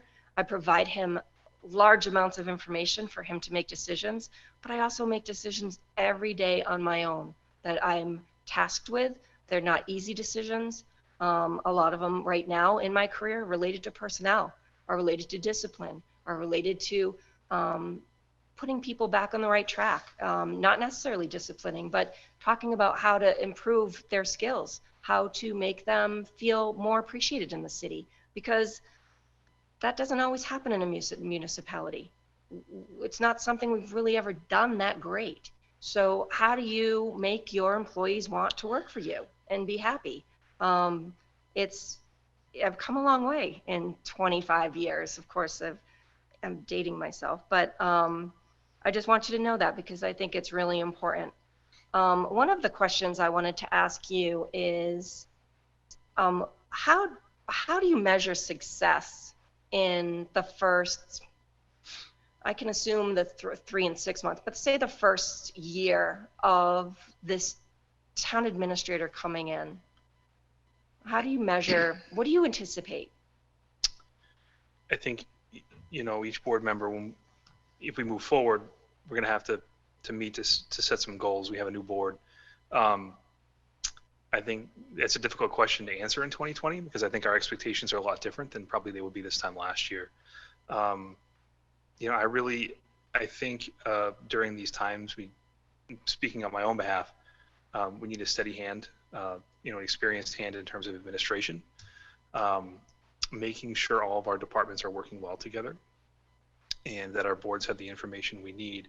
I mean, I think that really is the baseline, regardless of what the board's individual and different opinions are. I think everybody's looking for the same thing in that sense. Perfect. If anyone else wants to weigh in, please feel free. No, you got it right on, pretty much, yes. You know, I'd also like to see, you know, how you relate with the employees, how you let them know what their goals are, how you measure their goals, and how it's going to be measured at the end of the year. There's no real performance plans or appraisals or anything in place right now. So I'd like to see more structured reviews, goals, you know, with the directors and the director's staff as well. And I think to that point, communication is really important. Yeah. And just that flow of communication, I think, is really integral. Yeah, I wanted to add to kind of build off what Mitch and Lyndon had said. Obviously, the past year or so in Rutland, we've seen a lot of changes, and then outside of COVID, and then COVID has added a lot, another layer kind of. So I think having someone that's steady and even keel amidst all the other potential turmoil, or I think we have a really good group of staff here that has really been doing a phenomenal job. And I think that they don't always get the recognition that they probably deserve, definitely deserve. And how to make the staff feel appreciated, but also how to make the citizens and residents feel that that everything's under control. Right. And it's so important. Yeah. And I think this was touched on, to Leah's point, this was touched on maybe perhaps in the prior the screening. You know, the town's worked really hard over the last couple of years. I mean, this is a new board. We've had a couple of new boards to build capacity. So for the first time, we have a town planner position. Right. Dave's great. He's from Lexington. He has a lot of good experience. We have a new DPW director, Joe from the city of Worcester. You know, we have a lot of department and staff that we're really building, and we have tremendous capability. So it really is, you know, how to make everything coalesce, and that hand in communication, making sure everybody's working together on the same page. And that foresight that the town is quickly approaching that 10,000 population mark. Right. So that triggers a whole another host of things that we need to be mindful of. And so having someone that's capable and able to keep that foresight there while still managing the here and now. Right. Well, thank you. I appreciate that because there are some concerns about you know, your growth in Rutland, and I agree that you need someone who's going to be able to have the foresight, whether it's the growth or financial planning, economic development. It all ties in together. I know I can help you with that. I'm confident with that. It's interesting that you brought up employees. Since I've been in HR with the city of Worcester, we've made so many changes. We still don't have employee reviews, but I have them. I have them ready. I think I said that in the first interview, and I never knew how so important it is. And I can say I probably have not had a formal review in the city since probably 1999. And what it's done is it always sort of leaves a doubt, and like, obviously I'm doing a good job, I've been promoted, but still, you don't ever get that feedback. And it's been constant in the city. So what I've done in my office is I don't have formal reviews, but I have reviews. I have face-to-face meetings, and my staff so appreciate the fact that I say, thank you so much, you're doing this, this, and this, let's work on this, because next year when they come back, they've worked on that, and they're at a different level, and I'm able to promote from within. So it motivates them. It's so important, more so than I ever thought before in my career. And I don't care where you work. I think it's important in that open communication. If you don't necessarily have it, there are ways around it so that you can actually give proper feedback to your town employees so that they know where they're heading. They know they're doing the right thing. They know the goals and objectives. They know when you're happy. They know when you're unhappy. And I think that relationship with a town administrator is really important. And I can definitely help you with that. I've learned a lot through the city. I've learned what not to do, and I've learned what is really effective. So I really look forward to doing that with the town of Rutland. Great. Well, Jeff, anything from Jeff? I know that he's in Zoom. Jeff is in Zoom. Can you hear me? Yes, sir. All right. Dory, welcome back. I do appreciate you reapplying for this. At least 3 members of the board were there last time, and you left a very lasting impression on us. So I want to thank you for your perseverance in coming back. It's important. Thank you. I don't think there's any question that you've got the human resource aspect. I'm going to try to go on video here. Hey, there I am. I don't think there's any question that you have the HR aspect nailed in there, and I'm very impressed at your grant experience. Could you just kind of ease my tension or concerns a little bit with the fiscal part of the TA job, specifically as it relates to the budget and preparation before a town meeting? We would often look to the TA for answers to the tough questions about a budget. Could you maybe just give us a quick synopsis on your experience in dealing with budgets? Yes, actually, thank you so much for asking that. I haven't touched on it. In each of my positions, I've worked on either my own budget or I've worked on the city's budget as a whole. So all on aspects of the budget. So preparing, starting at the end of the year, all the way through budget approval through the city council. I've worked with department heads on their goals and objectives, on their measurements, how they're being measured, what they're looking for in their budget. Most departments come through with usually a big ask. So again, it goes back to planning, proper planning, 5-year, 10-year planning. It's really difficult to continually say to a department head that they can't have something they're asking for unless you have an idea or a plan in mind. It helps to build the relationships, and it's a very important process. My budget for HR is $25 million, but the budget, obviously, with the city of Worcester is much larger, and working with those departments on their capital requests, and planning out the smaller capital requests and the larger capital requests is something that I've done throughout my whole career in the city. The revenue projections, and this is really important as we go into COVID, like as we go through COVID, is to ensure that our estimates for revenue are considering the COVID-19 situation that we're in. Typically in the city, we go about 80% of our prior revenue from prior years. And I think based on additional analysis, that might actually need to change, and it might need to change for Rutland. You need to be prepared for the unforeseen. Of course, I don't think any of us were prepared for COVID, but I think it taught us a valuable lesson in that anything like this can happen at any time. When I worked in the Emergency Operations Center, I also dealt with finances in regards to the CARES Act, what could go through the CARES Act, what can't. So I dealt with a lot of the financial tracking there. So I do have extensive experience in budget, a lot more on the expenditure side than the revenue side, but I know exactly how they tie together. I know how the property tax works and the valuations. And I would say that for Rutland and any other municipality, that budget process going forward is going to be even more integral now than it has been in prior years, because there will be a decrease in local aid. There is no way with the layoffs that we had in Massachusetts that we're going to be able to bring in the revenue that we have in prior years. There's just no way. I have great relationships with the local delegation and the state that, you know, they're saying the same thing. It was great that they level funded us this year.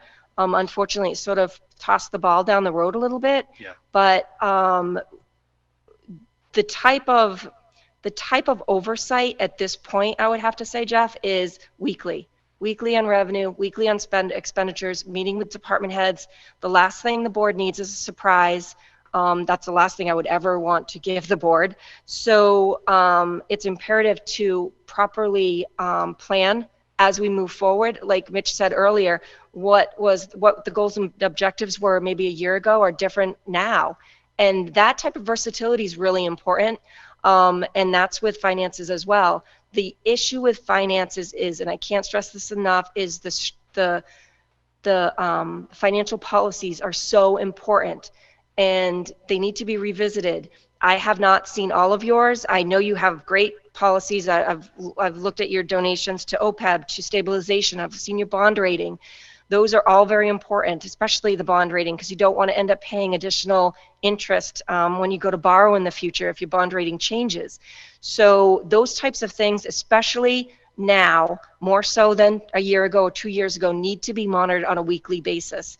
And things might need to be adjusted. There's no playbook on this one, but I can say it definitely has to be done. I've done quite a bit. I do it with my own budget, but I've done it with the whole city budget as well, which is always fun because you have police and fire, DPW, our bigger departments are always competing, and they're all very important. And you also have in Rutland, you have your large contribution to the school department, the regional school system. So those are challenges that this town will always have. And I know I can help you through those challenges. And I think good relationships, again, going back to relationships with the department heads and listening and planning, and the strong policies, financial policies, will help the town through that. But I have done budgets from line item to zero based. I've done them both. I've done revenue projections at 90%, 80%. I think we'd have to look at what projections would be and what best practices are based on COVID by talking to a lot of other cities and towns and seeing what they're doing, because I'd be nervous to continue at like an 80% level if that's what you've always done, and that I'd have to do more research into that. So I'm confident. I'm glad you asked the question because I really didn't get to explain it much. But I've been very active in the budget throughout my whole career in every single position I've been in. And in fact, my background is finance and budget. My degree at Worcester State was finance. So I like business administration with a strength in finance. It's always been something I enjoyed. It's interesting because I like spreadsheets. My daughter, who is a psych major now at Roger Williams, would never look at a spreadsheet. She would not, like, she hates them because she's a psych major. But it's what I do. It's what I like to do. So I'm pretty confident in my ability to help the town and guide you through these really difficult times. Thank you. That's great. All right. Any more follow-up from the board? Hearing none. Thank you for coming in. We had a lot of applicants, so I think, it's needless to say you had a fantastic career and, Thank you. excellent resume. So really appreciate the answers tonight. Thank you. Thank you so much. And if you have any other questions, please let me know. Thank you so much. Take care.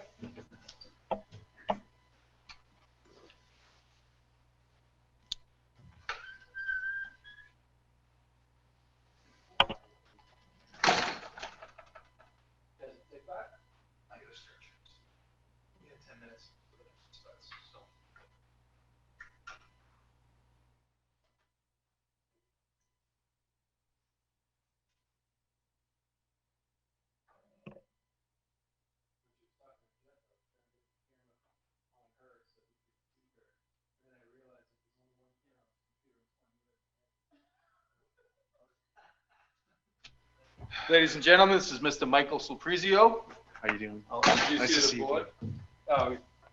Mr. Skip Clark, Nice to meet you. Mitch Rusciti, Leah Whiteman, Linda Nichols, and on the Zoom meeting, we got Jeff Stillings. Okay, great. All right. Thank you. Good luck. Pleasure to meet everybody. Nice to Thank see you guys again. Thank you for coming in. So just kind of how this is going to go. We know you went through a pre-screening. We're going to follow a very similar process. We have 8 questions. We're going to kind of do a round robin with the questions amongst the board members. We'll leave some time at the end for anything else you want to add about yourself or if you have any questions for the board. Are you ready to start? I am. I'm ready. Thank you. Excellent. All right. So the first question, what drew you to apply for the Town of Rutland position?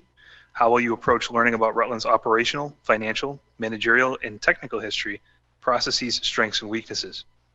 Please list and explain what you see as the important roles, functions, and responsibilities of our next town administrator. Okay, great. And if I miss anything, please let me know.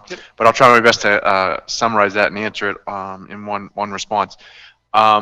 What drew me here is Sterling is a really nice community. I feel like it's, you know, the rural feel, the open space, the parks, the good school system. I think Rutland has everything, you know, that someone could be looking for in a town, and something that I'd really enjoy being a part of.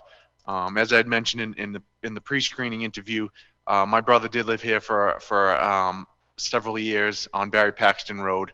You know, I've attended some of the events in the town while he was living here, and it's like I said again, it's a town that I feel is very community based, very community oriented, and is really an exciting place for me to want to be a part of the administration and of the governance here. So, and also to the fact that I am looking to relocate to Central Mass, looking kind of seeking out a good school system for my young children. So when I started my search and saw Rutland come up, it was exciting because, like I said again, it's far from where I'm living right now, but it's going to be close to where I plan on living. And like I said again, out of you know, the 351 cities and towns in Massachusetts, my brother just so happened to live here, and it wasn't totally unfamiliar to me. I think that being town administrator, I think a lot of the responsibilities and a lot of the important pieces are going to be team building, open communication, making sure that department heads and everybody within the town are, you know, as much as their day-to-day may be different, getting them to focus on some common goals and some common missions, and making sure that even though there's separate departments, the town and its residents see everybody working as one. And I think that'll be a huge piece of that. And really to get to know the community, I mean, just as part of this interview process, I've been able to find out a lot about the town of Rutland, and you know, it's been exciting to learn about it and see it and watch, you know, planning board meetings and RDIC and the selectmen meetings, and hearing about what the topics are and how things operate. And really just, I plan on doing a lot of learning and listening to get to know the town and its operations and where I fit within that.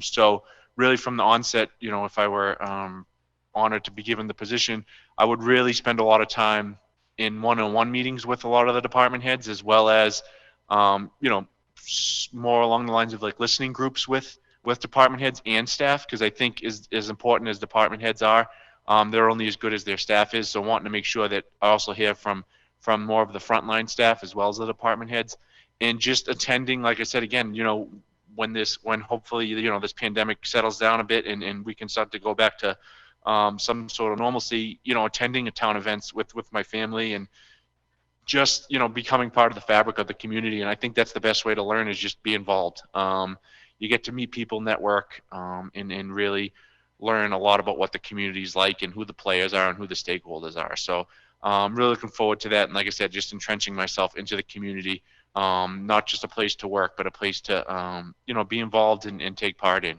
And I'm sorry, Mr. Chairman, if I missed anything else. No, I think you addressed everything in the question. Okay, great. Thank you. A municipality is a direct service organization. Residents make judgments about their town based on services they receive. What have you done to improve services and precipitation of town services in your past position, and how do you promote good working relationships among town employees, boards, and committees? Absolutely. Thank you for the question. So, yeah, I mean, I think as being part of the City of Boston's team, the mayor and the City of Boston are very high on basic city services. You know, a lot of residents want to know that, you know, their potholes are going to get filled, that the trash is going to get picked up, that, you know, the town center is going to be cleaned and everything's nice and looks nice. So I think the best way of doing that is in the way I've been successful in doing that is being open, provide multiple ways that folks can reach out to you. In the city, we have a constituent services ability where folks can call and place a complaint or raise an issue or request that different services be conducted and it's routed to the appropriate department. And again, maybe not on such a large scale, but I could see a way of constituents being able to connect with the government and the services that we offer by, whether it's technology or still just, being able to phone or give a call or send an email so that departments can respond appropriately to the constituents' complaints. And really among departments, I think that it's all about appreciation and showing staff that when they do a good job, they're appreciated.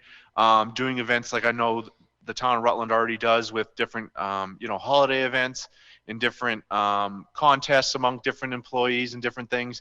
Obviously, at the city now, we do different things around, holiday parties and get-togethers and things that connect people outside of work as well as at work, and different team building activities, different things that we could do to really make sure that everybody knows everybody, they know who to go for if they need help or assistance. And again, I think that's a big part of fostering kind of collaboration amongst all the departments is getting them to know each other, not only on a professional level, but a little bit beyond that, and show them that they all have a lot of common things in common, and that they can work together. And there's, behind everybody, behind every position, behind every title, there's a person that I think if we foster those relationships and give those opportunities for people to get together and have a good time, would absolutely be something I'd look to do. And then I just think too, just being able to get input from the community when it comes to the services that the town offers, and what people would like to see, and how we could possibly either improve our services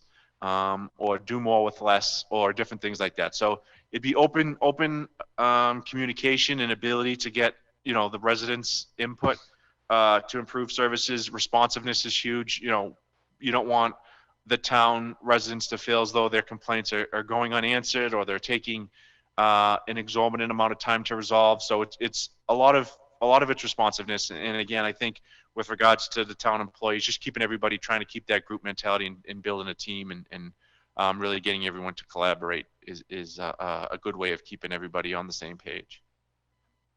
Great. Thank you. How will you manage 5 different selectmen's opinions when a situation arises, and due to the open meeting law, the board cannot meet as a board before a decision needs to be made? Absolutely. So yeah, I mean, obviously, I think as we all know, being in municipal government, there could be 5 people and there could be 5 different opinions. Six. Yeah. And then sometimes it's always hard to reach a consensus on anything. I think as soon as you have more than one person, you run that risk of losing the ability to come to a consensus. But I think my job, as town administrator, would be really as the facilitator, and it's not necessarily to take sides or further divide the Board of Selectmen, but really providing them with the information that they need as an elected board that isn't in the trenches day in and day out like a town administrator would be. So really making sure that the board has the information they need to ensure that the opinions or the opinions that they're arriving at are founded within data or research or anecdotal stories of what's happening day to day, to make sure that they can make the best educated decision. And really, like I said, again, I wouldn't see my role as being somebody who would want to pit or drive that divide any further, but really just educate the board so that they can make the most sound decision possible. And then, I mean, like you mentioned in the open meeting law, public meeting law, it's difficult because I know you always have to maintain the fact that you don't want to make sure you're not having a quorum that's discussing or deliberating on something outside of the open forum. So really being mindful of that and ensuring that those discussions can't be interpreted as any form of deliberation on an issue, but still making sure that the board has their relevant facts in front of them.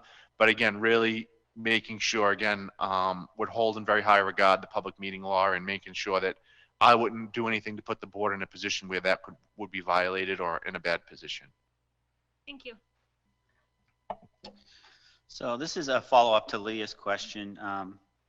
Boards and town meeting votes are not always unanimous regarding the direction that the town should take. So how do you manage the board and the public when there is a majority decision, but there's a very strong minority opinion as well? Yeah, absolutely. So, I mean, like I said, again, I think with everything, you're going to have that. and not everybody's going to be happy. I think that's, and there's really no way to make everybody happy.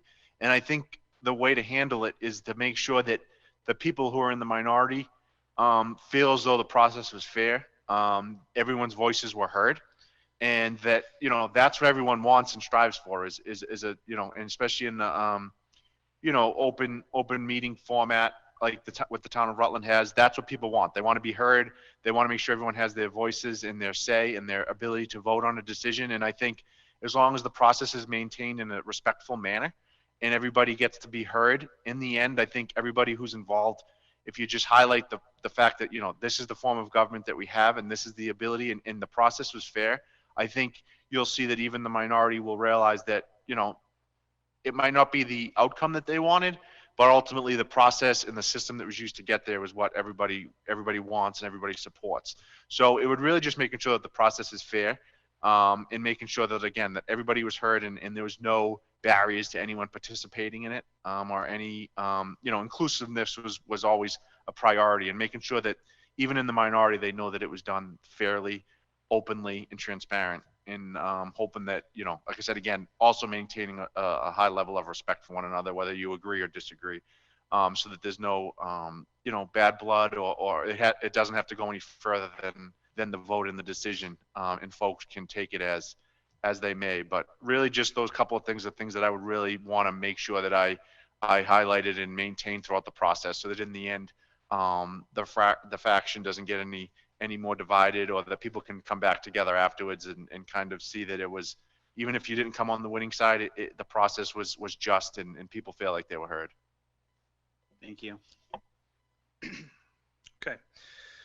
Rutland is growing at a rapid rate. What experience would you bring to the town in areas of financial planning and growth management to deal with the impacts of growth in Rutland? Absolutely. So yeah, I've been doing a lot of research and realized that the town of Rutland is definitely growing. It's increasing in size. A greater strain on the school system, and what that brings. So as the town grows, I think you have to try to financially look ahead all the time and kind of try to put yourself in a position where you can absorb that growth or prepare yourself as best you can to deal with the growth that's coming. I mean, I think there's different ways that could possibly be looked at with regards to different developments that could possibly help grow, tax revenue or for the town without necessarily putting more strain on the school system. I think a town like Rutland is a rural feel, and you want to maintain that while also anticipating the growth and handling the growth. I think you have an aging population that's here, so I think there's different types of development that might be able to help financially support that future growth while also not necessarily increasing the strain on the school system, whether it be different zoning laws that can be implemented in order to keep units or residential units small, so that they're not necessarily going to draw a family or a large family, or different things for seniors to stay in their homes or move on to a different senior housing in the community that allows them to stay. But again, they're also not, a stress on the school system. So really just trying to absorb that growth, welcome that growth to a degree, to maintain the feeling of the town and its rural feel. And again, not putting a large burden, or at least preparing for that increase in the school system. So really making sure that your financial planning is prepared to take on that growth. And also not, again, I don't think anybody wants to necessarily, have anyone's tax rates increasingly grow.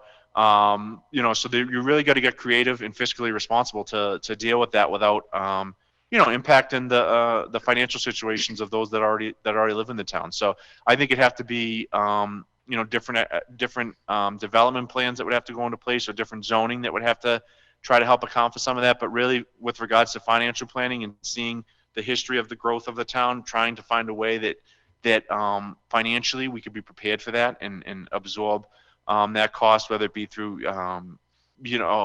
stabilization funds or different things that, can help in try to prepare for that growth, should it continue to exponentially get bigger. So I think there's a lot of different things we could potentially look at as a town and get community input on with regards to trying to deal with some of that future growth. Like you said, as you want to welcome families and young families to a community, there's also that unintended consequence of putting a stress on the school system and how those future increases can be funded creatively or in different ways, so that it's not always going to have to be bared by the taxpayers. Great. Thank you. Our citizens expect their public officials to be available and accessible to them. How do you interact with the citizens, and what concrete action have you taken in the previous positions to improve direct services and communications to the citizens? Absolutely. Yeah, as a municipal employee, I think, especially at a management level, I've always been accessible, and I've always been so-called 24/7 with regards to my availability.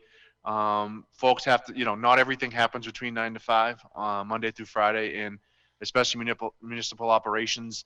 And in my prior positions, things always happen at very inopportune times, unfortunately. But maintaining that level of accessibility is huge for the constituents feeling as though you're there for them. So, previous things we've done is in my prior positions, whether it be newsletters or social media, ability to email addresses, or like I said, different ways to get holds of people, making your information accessible to the residents, and always being open and accessible. So those are all different ways to keep the town and its residents up to date on what's going on in the town, what's happening, contact info, different means of communicating, because everybody has a different way that they prefer to communicate in this day and age.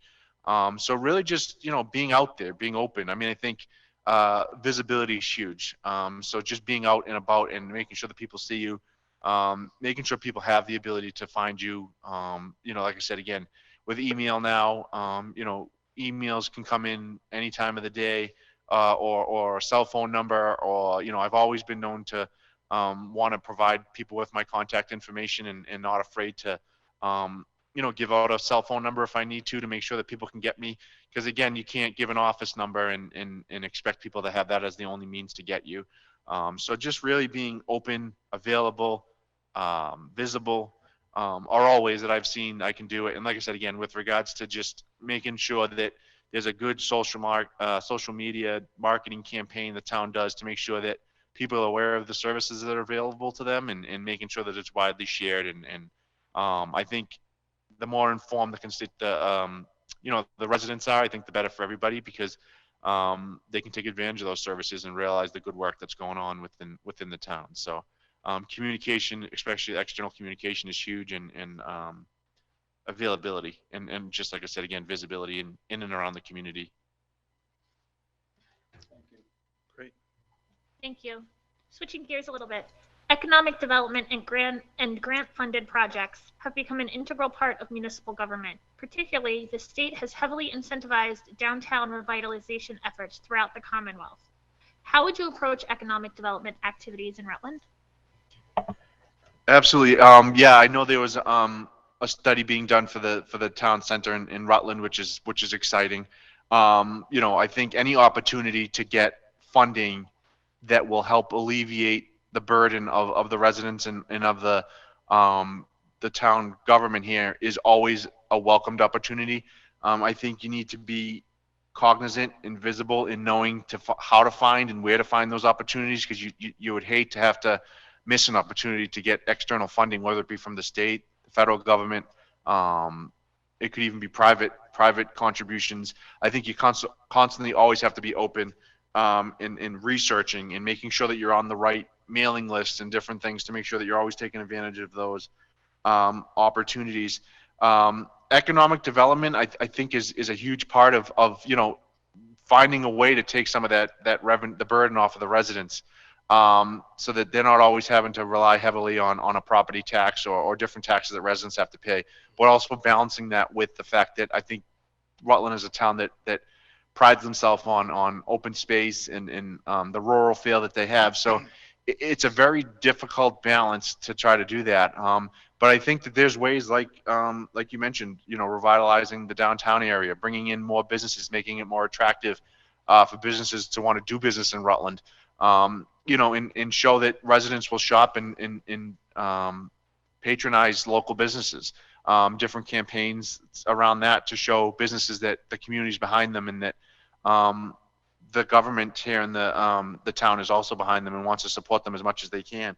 But yeah, grant funding is huge. I mean, I think it's the ability for a government, for a municipality to be able to, get funds for those things that they might not otherwise be able to get funding for. So keeping an eye out for those opportunities, making sure that you have the right players from within the town involved in the process, making sure that, the town is heard, the residents are heard with regards to different approaches to economic development, to make sure that their interests are kept in mind, and you're not, overdeveloping or doing too much that ultimately will inversely impact the quality of life of the residents. So it's a very fine balance, and I just think that transparency and good, solid, open communication with the residents is the best way to do it. But definitely welcome that opportunity and definitely entertain opportunities for different businesses to take part in the town and offer different things that can be beneficial to both the town and the business owners. So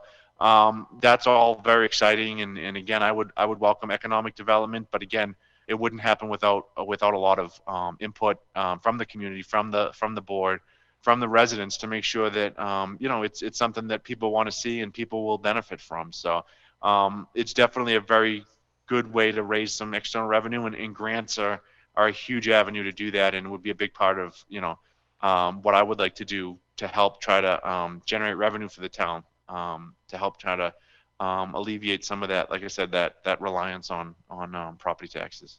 Thank you. Okay, COVID-19 is an unprecedented situation and has put strains on municipal revenues statewide. So what would your approach to navigating the crisis from an administrative standpoint, and how would you respond specifically to the needed budget and/or staff cuts if necessary due to the revenue shortfalls? Yeah, I think COVID-19 caught a lot of different people and agencies and governments and businesses off guard. But ultimately, I think we all can agree that the safety of the residents and the town employees come first. With the city of Boston right now, the department I'm working in, we're in charge of procuring and distributing all the PPE to different city departments. Maintaining and cleaning city buildings, including City Hall. And again, none of it's cheap. It's all very expensive, but I think everybody can realize again that it's the main priority in protecting, like I said again, the residents and its employees. So not knowing how long this may go on, I think everybody has been looking at hiring freezes. People have been looking at furloughs. People have been looking at layoffs potentially. And again, I don't think anyone ever wants to see that. But I think again, when it comes down to it, I think the Board of Selectmen and the town administrator ultimately have to make the best decisions for the town financially and economically. And if it comes down to that, like I said again, I think it absolutely have to be a last resort. I mean, like I said, I think you can look at different things, like I said, hiring freezes or furloughs before having to resort to layoffs. But ultimately, if it has to happen, then I think it has to be a very open dialogue with department heads on where they think they may be able to cut back and hope at the time that things were to right themselves and things to get back on track, being able to prioritize bringing those positions back online. But it's just something no one ever wants to do. But again, I think if you're going to be in a position like a town administrator or a leadership level at a municipality, it's something that you might not have a choice to do because you want to sustain. Like I said again, you can't bankrupt the city or the town due to the fact that you want to try to keep people and do the right thing. But it's a hard decision, and hopefully it doesn't get there. And like I said again, I'd really try to exhaust every other option as opposed to laying people off. But again, it's coming that way. It's possible. It's if this drags on a lot longer, I mean, I think cities and towns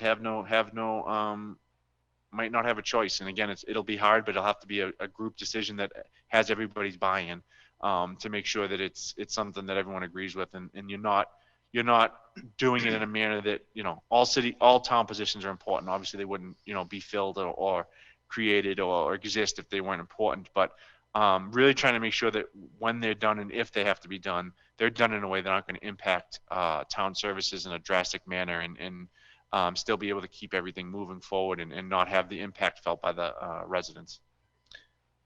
Thank you. Thank you. At this point, I'll open it up to the board for any follow-up questions. Does anybody on the board have any follow-up questions? I have You unmuted? Yep, go ahead, Jeff. Mike, thank you for coming. Forgive me for zooming in and not being available to a person. But I do appreciate you coming out from Boston. I appreciate your resume. I read it through thoroughly and took advantage of the LinkedIn page that you have in there and reviewed that resume, which is a lot more thorough in there. And some of the additional experience that you have that jumped out at me is your experience in real estate and almost like a parallel career going on as an owner or a proprietor, at least, of a real estate company in Boston. My question is, if you were selected for this position, how would that affect your company, if that's still the case? Yeah, absolutely. So I have 2 young children, and my wife has stayed home and cared for my 2 daughters for quite some time. So wherever I could find a way to improve my financial situation to ensure that my wife could stay home with my kids, I've done it. So yes, I've maintained 2 very high demand jobs, but I feel like I've been able to do it successfully with my wife being home and different folks working for me. I've been able to make it work. And my wife takes part in making sure that some of the day-to-day things are done, and as well as some employees.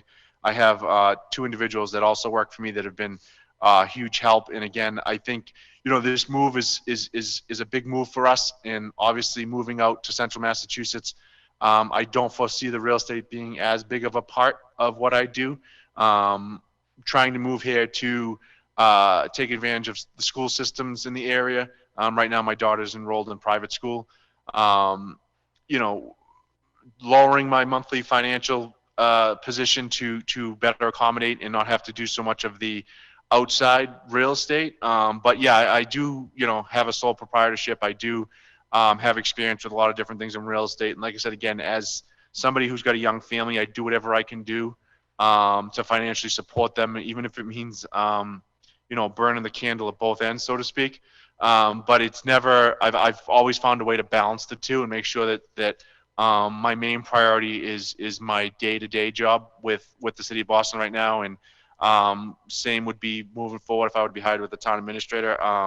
My benefited position is the one that's most important to me and the one that I take most seriously. And I'd give 110% to the town of Rutland. And like I said, again, I don't see the real estate continuing to be as big of a part of what I do moving forward as part of this big move for me, moving outside of the city. So yeah, I definitely have some experience, like I said again, but I found a way to balance it. And like I said again, I think part of the move is to be in a position where I don't have to do so much outside of my main day-to-day job. Thank you.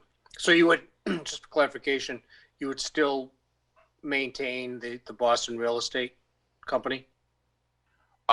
Potentially, like I said again, I wouldn't be able. I'd be too far away to from where I'm looking to relocate to do the day-to-day. But like I said, I do have folks that do have their licenses that work for me that may still be able to be active.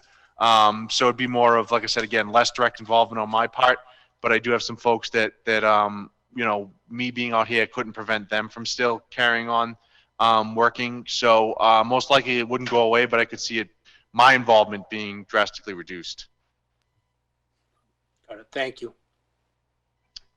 I do the same thing, so I could certainly respect and appreciate that. Thank you.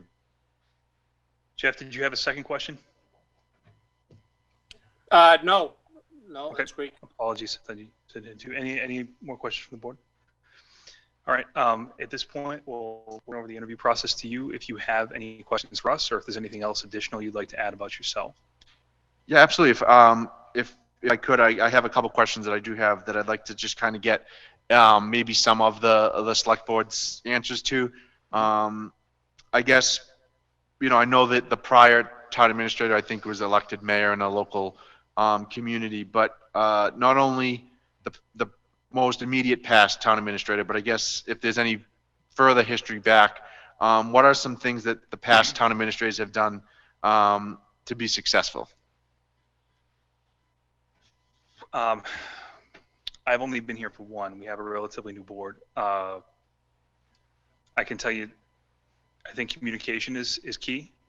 Yeah. That's probably the biggest factor for everything. I think our past town administrator, that's probably why he was elected, is because he communicates well with people and presents himself pretty well. Just communication, leadership, providing information. That's really, it's cliche, but that's really the key to success, I think, in any one of these positions where it's administrative. Obviously we have a very capable staff that are experts in their own fields, and that's obviously not something that we expect the town administrator to be, but it's kind of, that Swiss Army knife. How do you unlock the most potential from the staff, and how does that communicate with the board to keep us apprised as to what's going on? I know that a couple of the board members were here for the prior town administrator. I would think that from what I've heard about Margaret, the communication again was really the key to her success too. But I'll let the rest of the board weigh in if they'd like.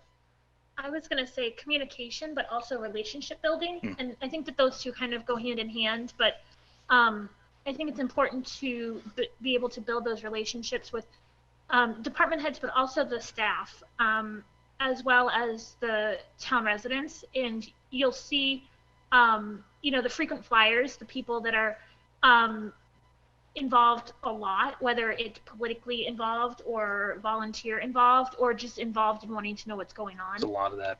And I think that's important. And so it's building those relationships and knowing how to interact with the multitude of personalities. Mm-hmm.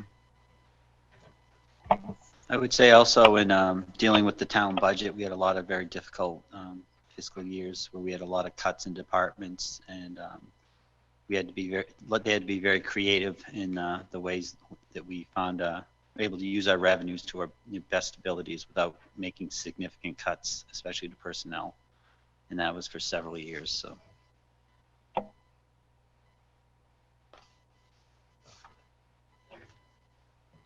Great, thank you. I appreciate the responses. And then another question I had is, with the new town administrator coming in, what would be some of the I guess first challenges that this person may encounter as taking on this position? Well, 2020 has been great thus far for everyone, I'm sure. I think some of the challenges, we've had a lot of turnover. Retirements, things like that. We had a lot of our department heads are relatively new. Police and fire, it hasn't been that long, right, Chief? I'm 3 now. 3? Yep. So, there's been newer staff there. We have a newer DPW director. We have a new planning position that the town has never had before. Mm-hmm. So we're looking to really kind of move forward in different areas the town maybe hasn't explored before. And really the challenge to kind of how to unlock some of that. Some of the issues that we're going to deal with in the future is once the town hits, I know Leah's brought this up before, and it's something we've talked about as a board, once we hit 10,000 people, there's certain services and thresholds that we need to meet that we're not currently meeting. So we'll have to ramp up some services there. The library is going to need additional hours, for example. We have some capital issues in terms of our infrastructure, our buildings.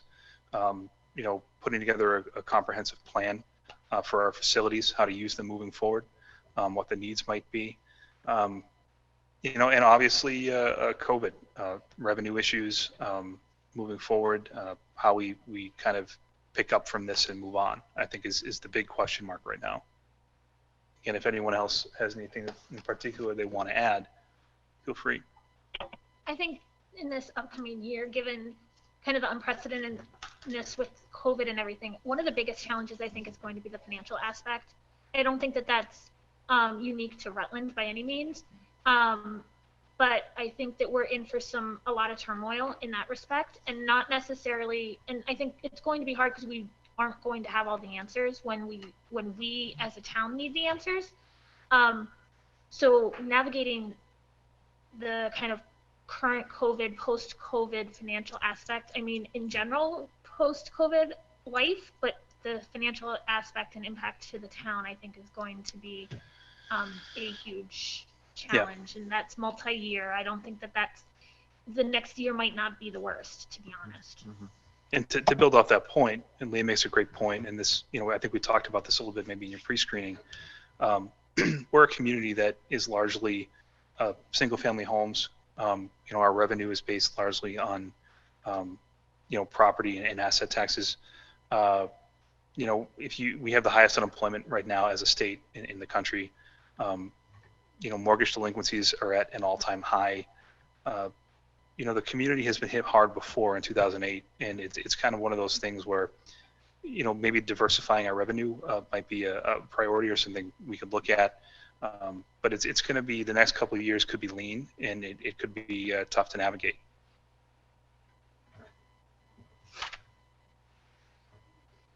Great, thank you.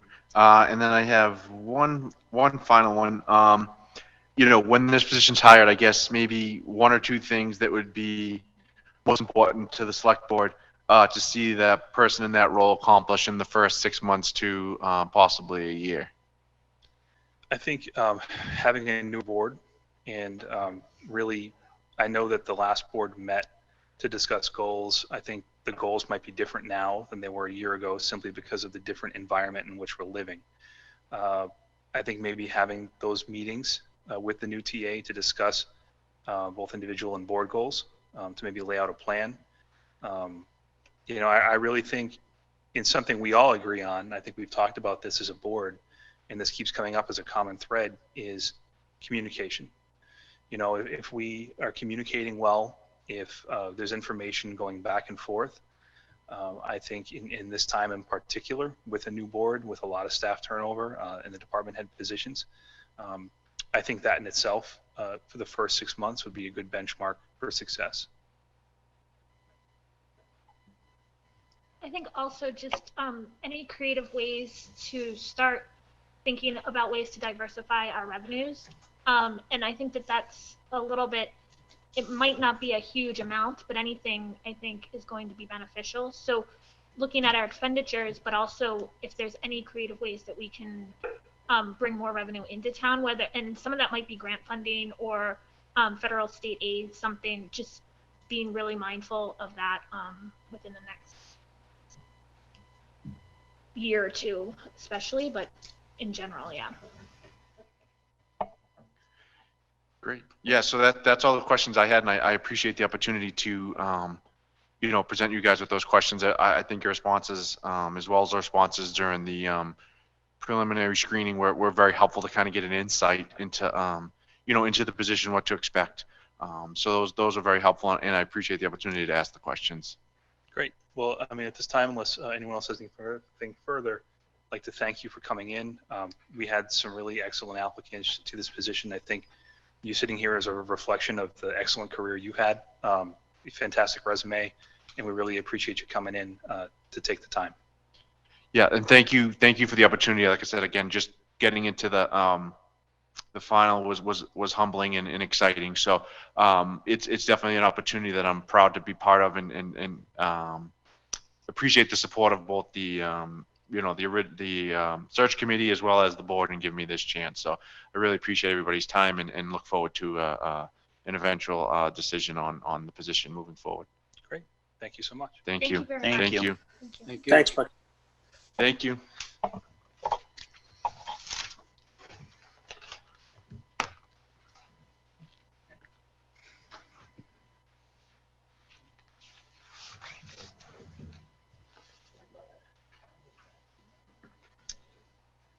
Thank you again. Have a great night. Thanks, Mike. Nice to meet you. Chief, thanks for everything. My Appreciate pleasure. it. All right. right, do we want to take 5 minutes or do we want to roll into discussion? I'm ready. Okay. First, obviously, I'd like to thank all candidates. We had a lot of applicants to the position. I think the last few hours have shown us that there's a lot of qualified folks. I think that speaks to the quality of the staff we have and the residents and the nature of our town, and that it's an attractive place to want to work. So that being said, the board has a decision to make and a discussion. So I guess I'll open up the floor for anyone to weigh in with any of their comments or preferences regarding the individuals that just interviewed. Well, I mean, I think any one of them would be a great fit. I think they're all very well qualified. I think that Mike had a lot of energy, wants to get involved in the community. I think he probably would have a lot of good ideas for the town. Dory had a lot of involvement in, as far as working with the departments and staffing. My concerns with her is that she, her economic development experiences and her experiences with town meeting are on the low side, as well as Mike's. I'm not really sure. We didn't really talk much about that, but to my knowledge, he hasn't had much experience in town meetings. Ron touched on a lot of great things. As far as the team approach, I think he seemed very much into team building as well. I like the fact he actually met with the chiefs, and I know the other two had some knowledge of the town, but really made that additional initiative. But I guess bottom line to me, Ron is a town administrator. So I think he has that. So I do have concerns when it comes to town meetings and some of the other administrative things that the other two may not have the experience with would be more of a learning experience. Not that I don't think that they could, but I guess in my opinion, Ron already is the town administrator. So I guess that kind of is where I lean. To build off of what you said, if I can, there were a couple points that I actually wrote down that really impressed me about Ron's interview. One, the economic development discussion, I think he went into detail.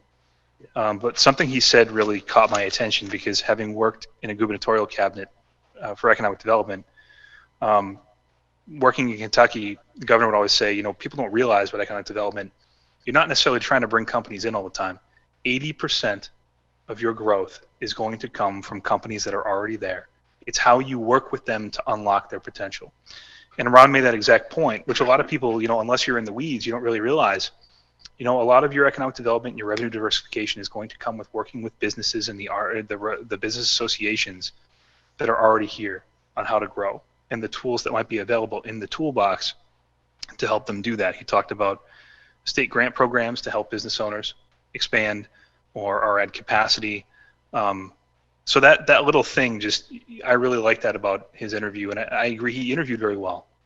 One other point that he did make that I really liked is he spoke about us as a board and working for the board as a whole, and he's very specific of that approach, and that's something that was important to me.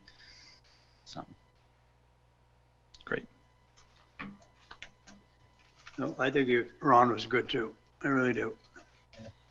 Out of my scale, he was right up there high on my scale that Mitch provided us with, the 1 to 4. So I would like to, if everybody's done, I'd like to make a motion. We ask this Ron to come back in and for the job as town administrator. Well, we have a motion for negotiation. Is that for negotiations for the town administrator's job? Yes. We do have a motion. We can't have a discussion until we have a second, if there is a second. If the motion fails, we can further discussion. Second for discussion. All right, for discussion. For discussion, because this is a board decision, I know that we all have different viewpoints. I would like to hear respectfully from everyone before we move forward. If everyone's okay with that. I agree with that. So would you like to rescind your second and rescind the motion? Or would we like to have a vote? if the motion is for discussion, we're going to discuss it. Right, but I think Mitch wants to give the other board members an Oh, okay, opportunity yeah, to I discuss rescind other mine. members, I so, rescind mine. I mean, we can just withdraw it for now and Yeah, then withdraw. remake the motion. I mean, I'll withdraw my second for further discussion on all candidates. Okay, Leah and Jeff, do you have anything that you'd like to? Let's see if Jeff has. Jeff, I think you get. I had some thoughts. It's my floor. Yep, go ahead. Yeah.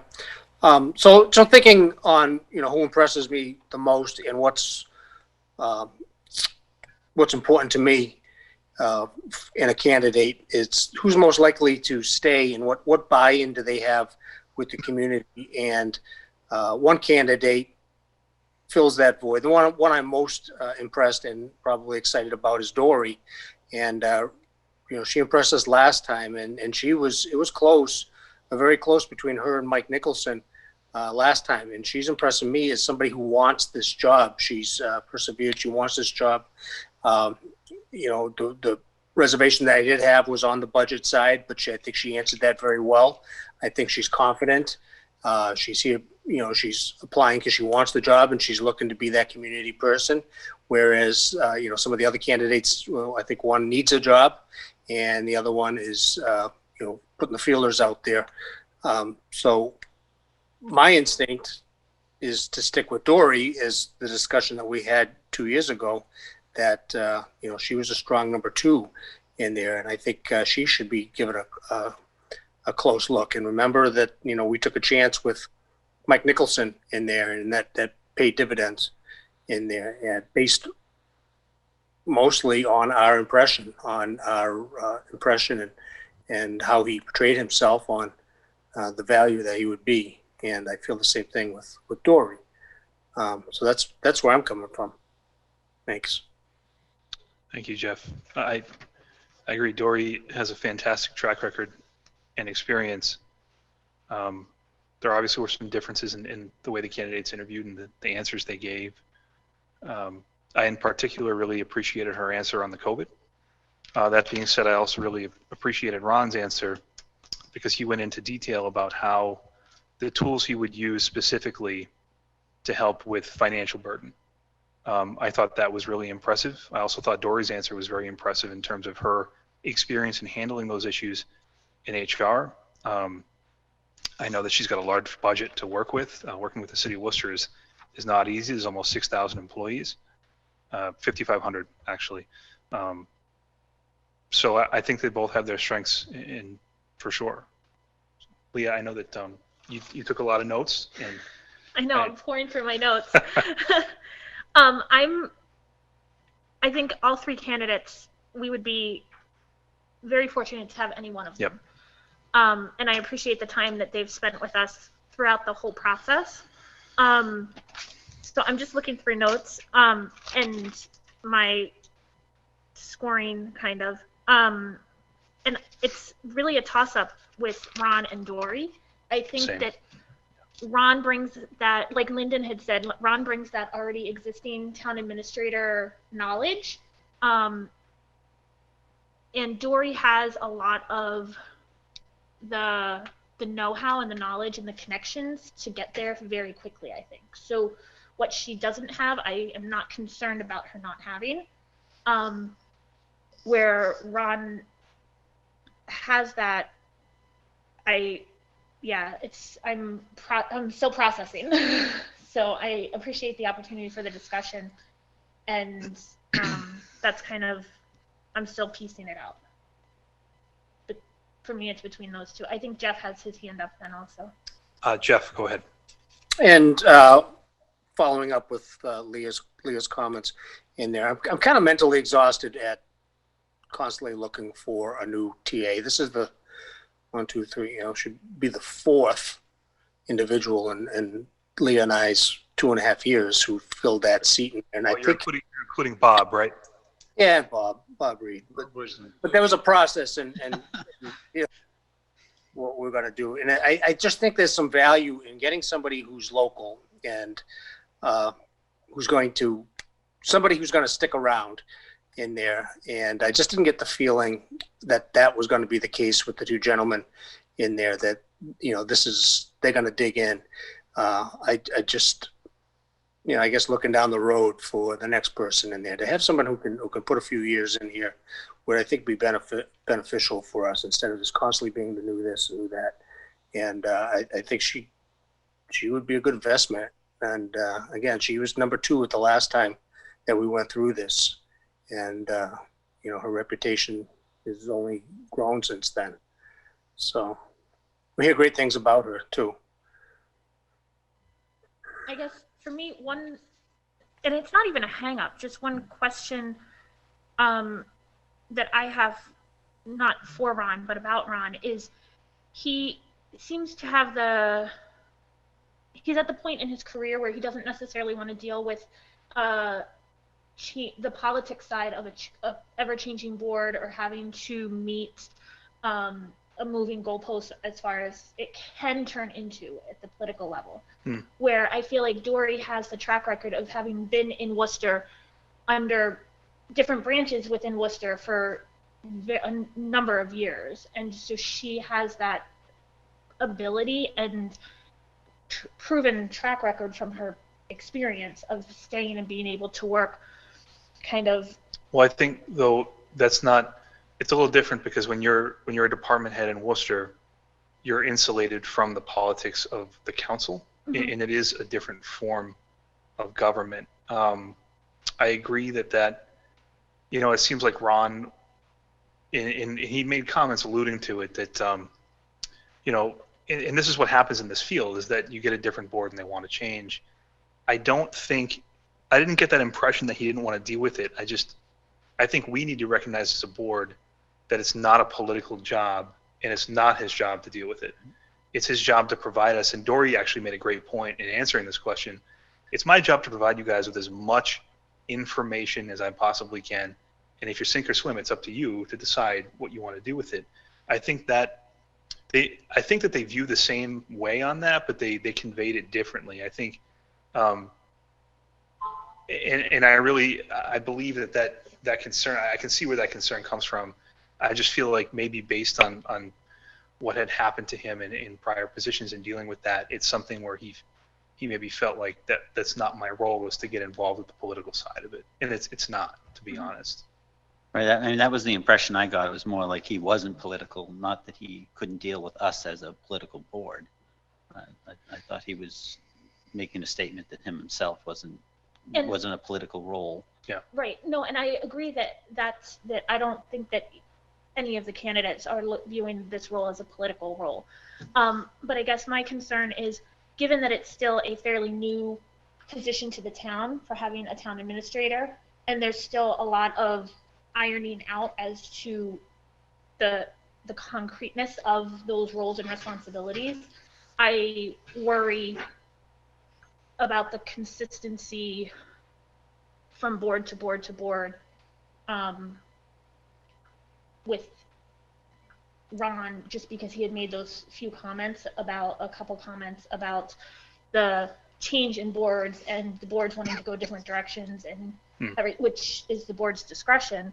That's fine, but that's kind of, I guess, where I'm coming from. Yeah, I think part of that though is on us to lay out those expectations clearly and roles and responsibilities clearly. I mean, we do have a charge for the position, and we have clearly defined roles in terms of what our enumerated powers are as a board.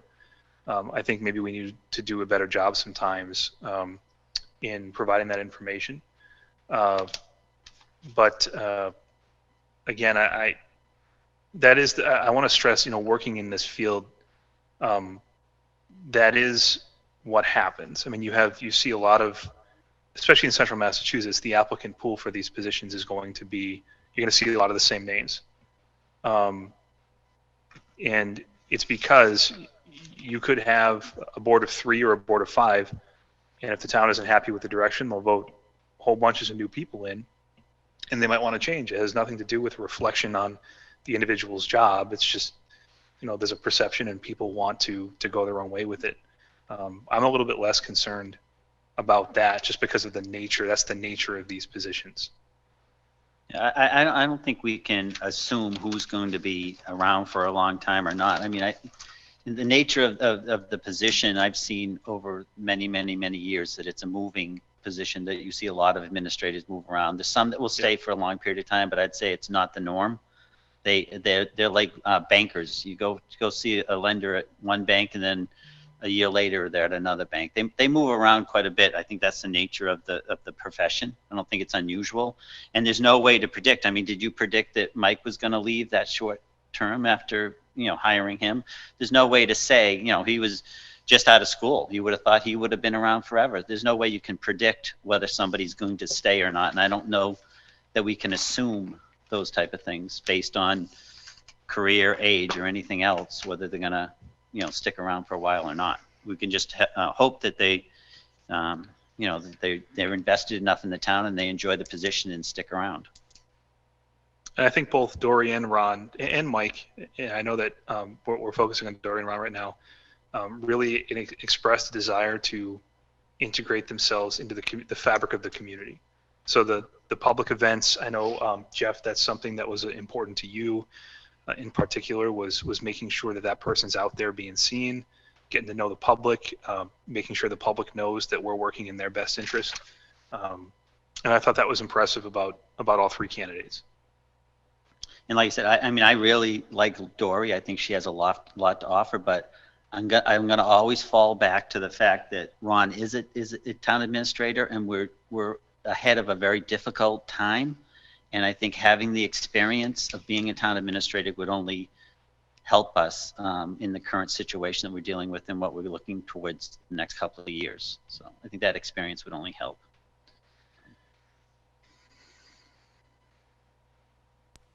No doubt, I concur. I mean, he's qualified. He's immediately qualified. But my instinct is, what's keeping him from looking for additional jobs once he's here? He's in a position where he needs a job, and Rutland will do. But is he going to dig in his heels? In fact, he's not going to move in there to the area. He's going to stay where he's at. Doesn't give me. He did indicate that he turned down a job because it wasn't the right fit for him. And I will say that there are a lot of vacancies in communities for town administrators and managers. So there are a lot of opportunities. So I guess there's something to be said that he chose to pursue this particular position. And as I said, he did mention he turned down that other position. So I think he's taking it seriously as this is an opportunity that he wants as opposed to a convenient opportunity. Yeah, he's looking for, I got the impression he's looking for fit, and the opportunity he turned down. Those interviews were available on YouTube. I think he was a finalist or the finalist in Longmeadow. So, I mean, clearly I think other communities, particularly communities our size, have recognized the value that he brings. And again, I'll just go back to, we're looking right now, an area that we've struggled as a community is economic development. And his answers concerning development, diversification of revenues, really in his relationship even with public safety, I mean, those really impressive answers that he gave for those questions. And I really, that kind of, hit the nail on the head for me.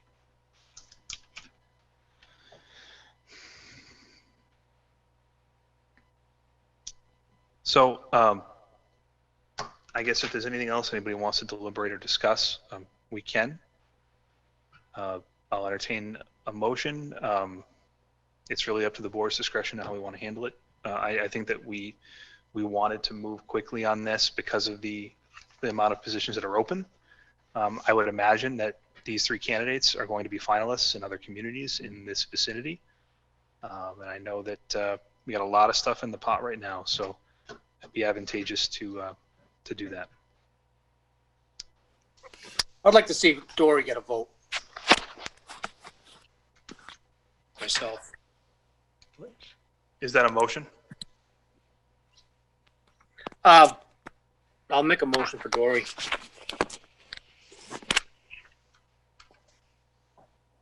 I have a motion. Do I have a second? Whitman seconds. A motion and a second. Any discussion? At least a vote. Hearing none, we'll have a roll call. Nichols, Nay. Whiteman, Yay. Clark, Nay. Stillings, Aye. Versity,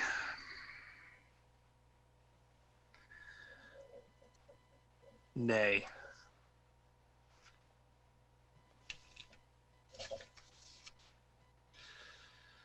Motion fails. 3 nays, 2 yeas.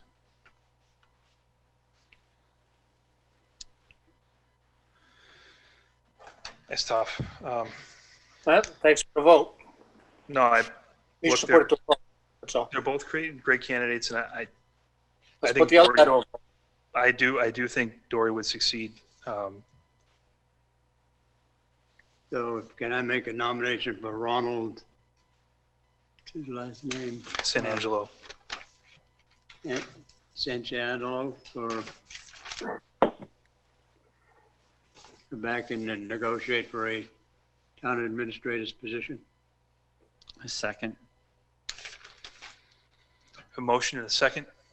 Any further discussion? Hearing none, we'll have a roll call vote.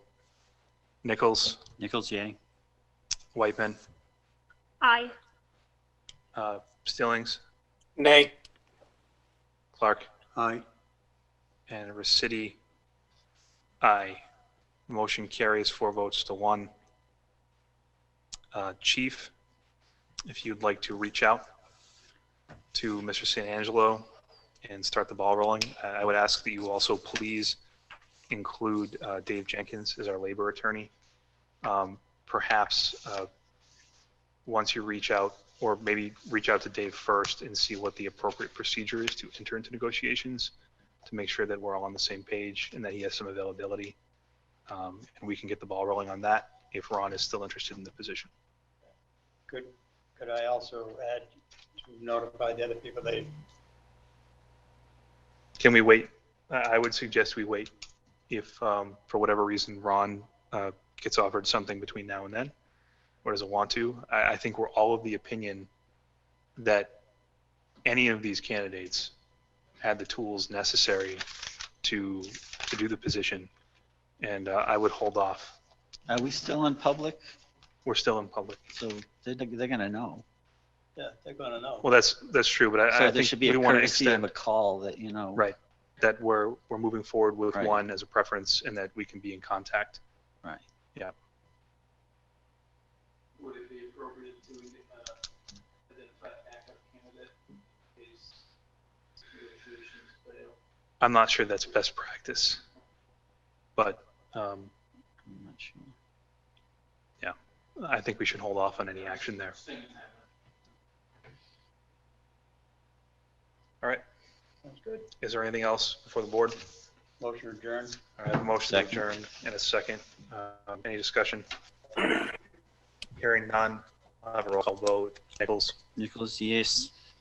Whiteman, Whiteman, aye. Stillings, Aye. Clark, Aye. Resity, aye. We are adjourned. Thank you to everyone that watched from home. Thank